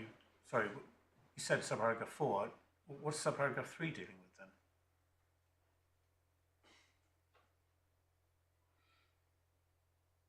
Well, he's standing back and he's looking at the amount of headroom that would need to be exhausted, the amount by which BCG would have to be wrong before the 2029s are in a worse position. Than the relevant alternative. Than the relevant alternative. It's another way of him testing what the various potential outcomes would be and how comfortable he is with the idea that the 29 should bear this additional risk that he's identified. But if they end up worse than the relevant alternative, you shouldn't be sanctioning the plan anyway. Well, if that was the likely outcome, more likely than not, that's right, we failed the no worse off test. That's not what he's saying. But I don't understand why that computation is relevant to the question of whether the restructuring surplus ought to be divided equally between creditor groups who would rank equally or differentially. Because he's not looking at that question. Shouldn't he be looking at that question? This is the whole. Shouldn't he be looking at that question because that's the question he's posed himself at the start of 302. Should I require them to accept a greater risk? Is it fair to require them to accept by sanctioning the plan? Greater level risk, by cramming them down. Yes. So why he should be asking that question, shouldn't he? Well, what he's said is they are taking more of a risk. If I cram them down, that's the risk that they face. But what actually will flow from this plan? How big is that risk? Am I satisfied that it's a risk that I can throw onto them?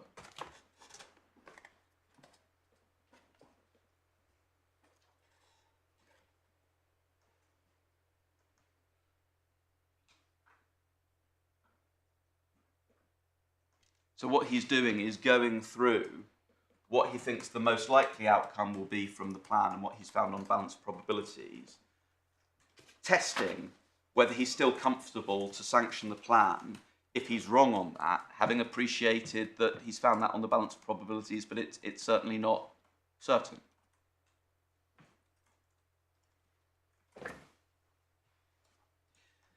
As I was saying, in relation to paragraph 4, he's then looking at the doomsday scenario, but considers that to be unrealistic, and therefore that shouldn't weigh heavily in the balance. He then looks to the votes of the 2029s and says that they clearly take the same view as he does, and that their view on their own interests is a relevant factor which he attaches weight to. So that's the 62.28%. And in relation to that, he is further emboldened by the fact that a number of the 2029s don't have any holdings in the 2024s. That rather understates the evidence, and we'll come on to voting in a moment. In fact, of the 2029s, 28 out of the 35 pures voted in favour. And just before you leave, sorry, you went over 4 quite quickly. I think Mr. Smith says 4 as a reason is flawed in any event because it omits the point that even on acceleration, that the 2024s still have prior ranking security. I think that's right. Well, that doesn't mean that the 29s will be worse off under the plan than they would be in the relevant alternative, which is what the judge is focused on. No. What he's talking about is whether it's unfair to require the 2029 plan creditors to accept a greater level of risk than the other plan creditors. And it seems to be, in paragraph 4, he seems to be saying, actually, if Miss Rickleton's scenario comes to pass, the 2029 plan creditors will be able to exercise their legal rights to accelerate the 2029 notes and will do so. And I think Mr. Smith's point in relation to the acceleration, which I suspect we may be coming on to anyway at a later stage, but as I understand it, Mr. Smith says, amongst other things, that seems wrongly to assume that if acceleration takes place, everybody is back to pari passu ranking. No, it's assuming that everyone is pari passu that hasn't yet been paid, and the 24s may have been paid, or alternatively, the 24s do have prior ranking security. So if they haven't been paid, if there's an enforcement before the 24s are paid, which I don't think, well, if there was, then it's right that the 2024s would do better than the rest. Yeah, and the judge doesn't seem to take account of that. He seems to think, by just reading subparagraph 4, seems to be thinking that the problem of throwing greater risk on the 2029s than other classes is solved because they can accelerate in that scenario. And sorry, the only point I'm putting to you is yes. I think Mr. Smith's point, which you may want to deal with at a later stage because it's a broader point, but the acceleration in those circumstances doesn't solve the differential of treatment problem because it leaves the 2024. There's no question that the 2024s have prior ranking security, and therefore are in a better position than the rest of the notes. What the judge is dealing with in paragraph 4 is the unrealistic nature of the case that was put by FTI, which was that all the 2029s will recover is the PIK interest paid to them in 2025, because, we'll come on to this in ground 7, there would be likely to be an enforcement sometime in or after 2025 that would then effectively equalise the position of the 2025 to 2029 note holders, which would bring about a return for the 2029s that is not just their PIK interest. He's not focusing here on anything other than potential outcomes from the plan. This isn't justification for the 2024s being given prior ranking security. That's a completely different point. Well, except it seems to be framed by reference to the opening words of 302. He is considering the question of who bears the greater risk. And I mean, the flip side of that is that 2024s are not being required to bear the greater risk. There's no question about that. He accepts the 2029s have a greater risk. He's exploring what that risk really is. But what I'm putting to you is conceptually, that can't be an answer to the question that he's posed himself at the start of 302. Well, I think the way that my lord is reading his question is different from the way that the judge intended the question to be read. He comes on to deal with the 2024s subsequently, from 303 onwards. So maybe he's just not focusing on the 2024s. He's not focusing on the 24s. What he's looking at... He's focusing on the differential treatment as between the non-2024 sums. Well, I think he's really focusing here on the fact that the people most at risk under the plan are the 2029s, and he's asking himself whether that's acceptable by exploring what that risk involves in money terms. How realistic that risk really is. Yeah. What are the various permutations? What are the various outcomes from the plan, and what would they mean for the 2029s? Okay. That's the focus. This isn't about seeking to justify the 2024s having prior ranking security. Okay.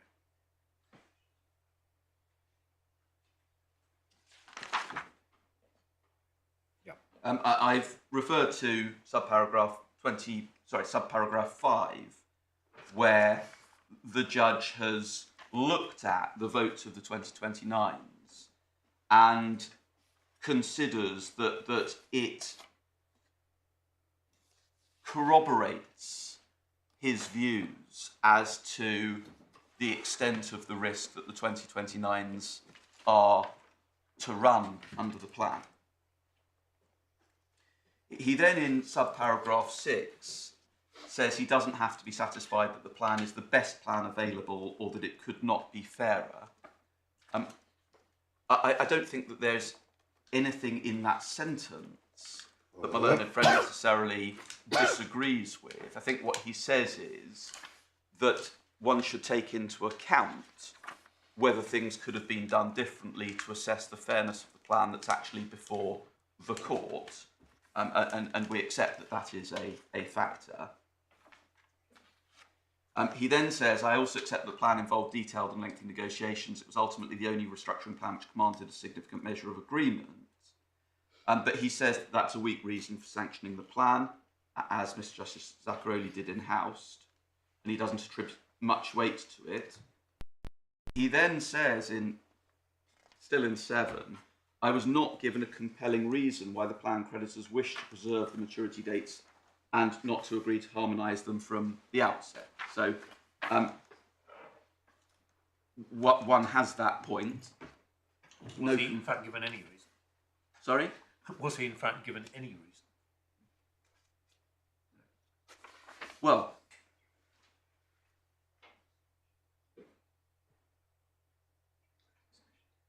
and we did make the same point to Mr. Justice Leech as I've made to your lordships about the creditors focusing on, or at least taking into account their contractual rights and not looking at this entirely through the prism of the relevant alternative.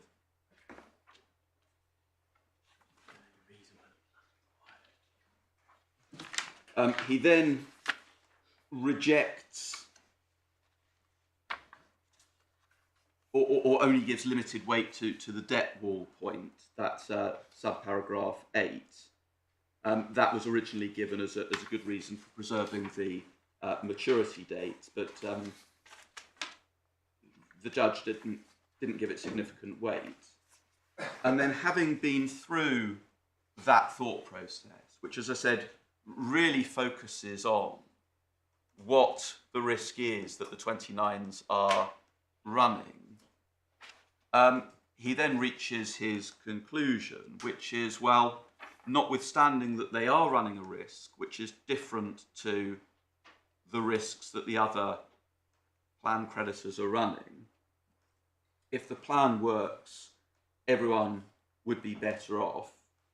And the plan was supported, including by 62% of the dissenting class.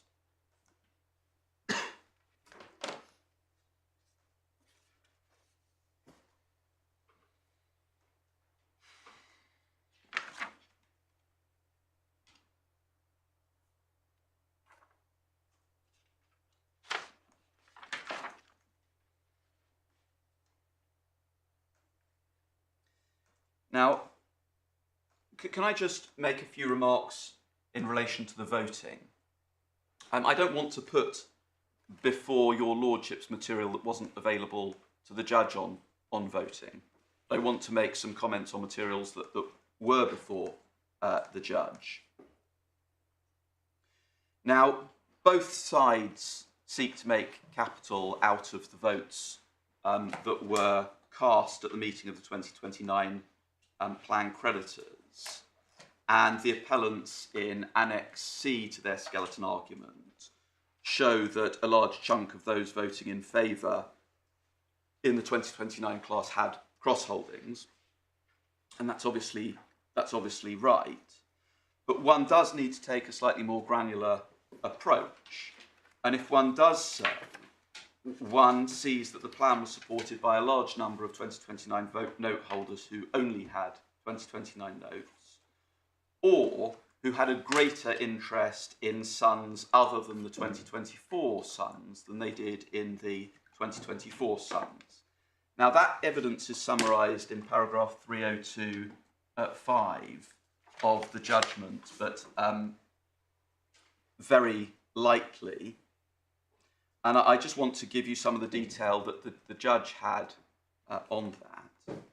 I've mentioned this a number of times. 35 pure 29 note holders, 28 voted in favour. We've done the exercise that my Lord Justice Snowden had already done. It's 65.5% by value of the pure 2029 note holders that voted in favour. Further, of the 475.6 billion euros worth of 2029 plan creditors who voted, 473 million of them, and that's 99.5% by value of those who voted, either held no 2024 sons at all, or the majority of their holdings were non-2024 sons. And one gets that from Mr. Trotzi's second witness statement. Can I just show you that? It's in the supplemental bundle, tab 6B. it's the latter of those two alternatives which is the critical one, isn't it?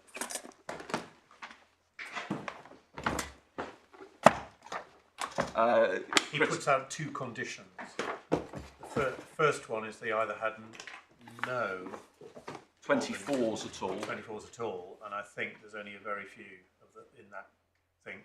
It's the majority, in fact, of the which form your proposition fall into the latter category. That may be right. That can be checked, but yes. The evidence is on page 229K.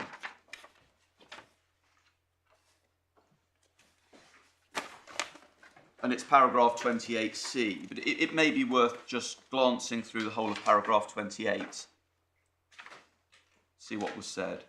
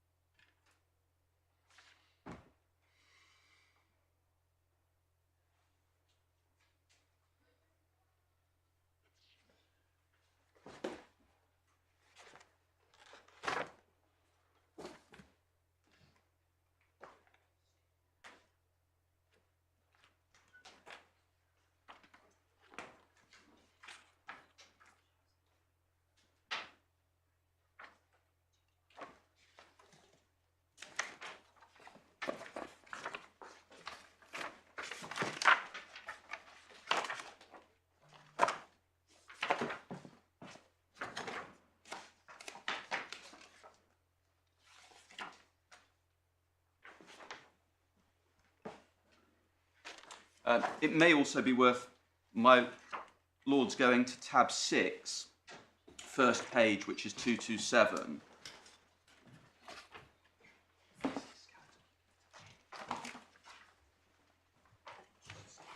This is a chart which shows the votes of holders who have nothing in the 2024s, but voted in favour of the plan.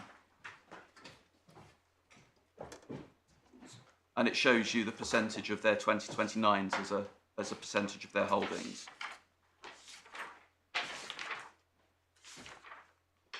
Sorry, so say that again. This is the table of the 2029 sons. No, this is a table of people holding some 2029 sons, but also other notes as well, but none of them being 24s. Who voted in favour? Who voted in favour. Are these all the 2029 sons who voted in favour? I think it's all of the 29s who voted in favour and were not pure 2029s. Right. Right. And didn't have 2024s. Yes. What assistance do we get from this in your submission? That not only did the 2029s vote by 62.28% in favour, not only did 65.5% of the pure 29s vote in favour, but people weren't driven to vote in favour if they were 29s necessarily by having 2024s, and that people who, for example, only had 2029s and 2027s still voted in favour. Well, some people did. Some people. So what? I mean, what this collectively shows is that everybody had different holdings, and people took different views, and the further left you were on the table, the more likely you were to vote for the plan. I mean, that's what it shows. But beyond that, I mean, all this level of detail, I find it very difficult to draw any deductions from it. Well, it just shows you that the plan had a high degree of support, including from people who are taking the risk that the judge was considering. I see. Thank you. Well, can I ask, what proportion of the total 2029 sons had no other holdings, so were pure 2029s. Because you've By said value, by value. I think it was the 3% that Mr. Smith gave. That's what I earlier thought. on. It's a very, very small. By value, it's a small percentage, yes. Do you accept his submission that quite a lot of those are very small minimum holdings of £100,000 where people might not have put a great deal of time or money into considering the alternatives? Well, that may or may not be right. It's entirely speculative. But one did see one of the examples that Mr. Trotsy gave of someone who voted in favour had, this is at 28F, 5.9 million euros of 27s and 31.2 million euros of 2029s and no other notes. They may well have given this significant thought. How can the court conceivably approach sanction on this type of granular analysis? Well, It's just not a practical analysis, is it? We have no idea, other than, as my lord said, in the most general of senses. Isn't that why Parliament sets a number which you're supposed to reach, and why the cross-check at most is of really limited assistance? I struggle, like my lord, to figure out why the court should be required to, or how it can, as a practical matter, get into this sort of level of granular analysis of how any particular or group of note holders might have exercised their votes differently if they hadn't have had cross holdings or otherwise. well, the level of support for a plan is a relevant consideration, in my respectful submission. It is relevant to the statutory majorities for an assenting class, and it's relevant in the exercise of cross-class cram-down to see what the level of support or otherwise was from the dissenting class. You would have a much more difficult task if 90% of the 2029s had voted against. Yes. Yes. What my learned friend sought to do was to say, oh, just ignore or don't rely on the support of the 2029s because lots of them have cross holdings and they may therefore have been motivated to vote in favour because of their other positions. What I'm doing is giving the court the evidence that was before the judge that answers that response, which is, well, actually, one way of testing this is to look at the pure members of the class. The other thing that you can usefully do is, for example, look at someone who's got only 27s and 29s and build up a picture of the level of support and the extent to which cross-holdings affect that. That doesn't mean that the court is in a position to derive from that anything more than a useful impression as to whether or not those who are affected by the plan consider that it will produce for them a better outcome than the relevant alternative. The problem is the judge did place quite a lot of reliance on the 62% figure. And speaking for myself, I have doubts as to how secure it is to place reliance either on the 62% figure, given the extent of the cross-holdings, or the 65% figure, given the very small numbers involved in the 65%. I mean, it's obviously not the same as if everybody in the 2029 class had voted against the plan. But I wonder how much comfort the judge could really take from the fact that he had those non-statutory majorities of the 2029s in favour. We know it's less than 75%, and it's not just less than 75%, it's quite a lot less than 75%, and it means that both in the 2029s as a whole and in the pure 2029s, very small though that class is, over a third of people were sufficiently motivated to vote against the plan. That must give the court pause for thought, doesn't it? Rather than comfort. Well, if the evidence was, for example, looking at the 62.28%, that, for example, all of them had, and it wouldn't work on the maths because the 2024s are only 400 million, I think. If the evidence was that actually they had significantly more in the 24s than the 29s, one may say, well, I'm not going to give much weight to their vote in the 2029 class. But where one sees sizable creditors who only have 29s and 27s voting in favour, and when one sees that 65.5% of the pures voted in favour, and when one takes out the 2024s and sees that a large number of people with 2029s and no 2024s but cross-holdings voted in favour, appreciating that the 27s are at risk as well on the FTI analysis, one does get comfort from that. That when saying, well, I think actually the 29s are going to be better off, that a lot of the 29 holders seem to think they're going to be better off. The trouble with this is that, let me put to you the argument against you.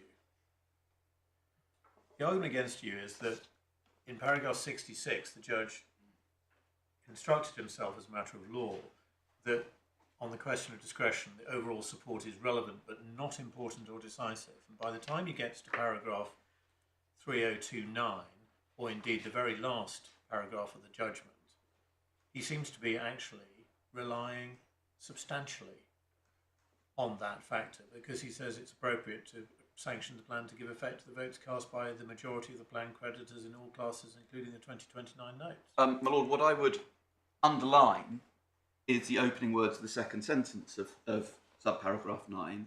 If the plan works, he submitted, everyone is better off. Yes, but that's... And one's been through his thought process, which is focused before he even mentions voting on the various outcomes and him being satisfied that the 29s are likely to be better off. He then looks at the voting and derives some support for his own conclusion that they're likely to be better off. And ultimately he decides to sanction, because if the plan works, and he thinks it will, everyone's going to be better off. And this is what was voted for, albeit not by the 75% in the 29 class. Yes, so he's not... One can't fairly to the judge read him as saying that the vote is not important, but as ultimately concluding that the vote is everything. That's not what he says, and that would be the internal incoherence that in Volpe, the Court of Appeal suggested one shouldn't read a judgment to try and find.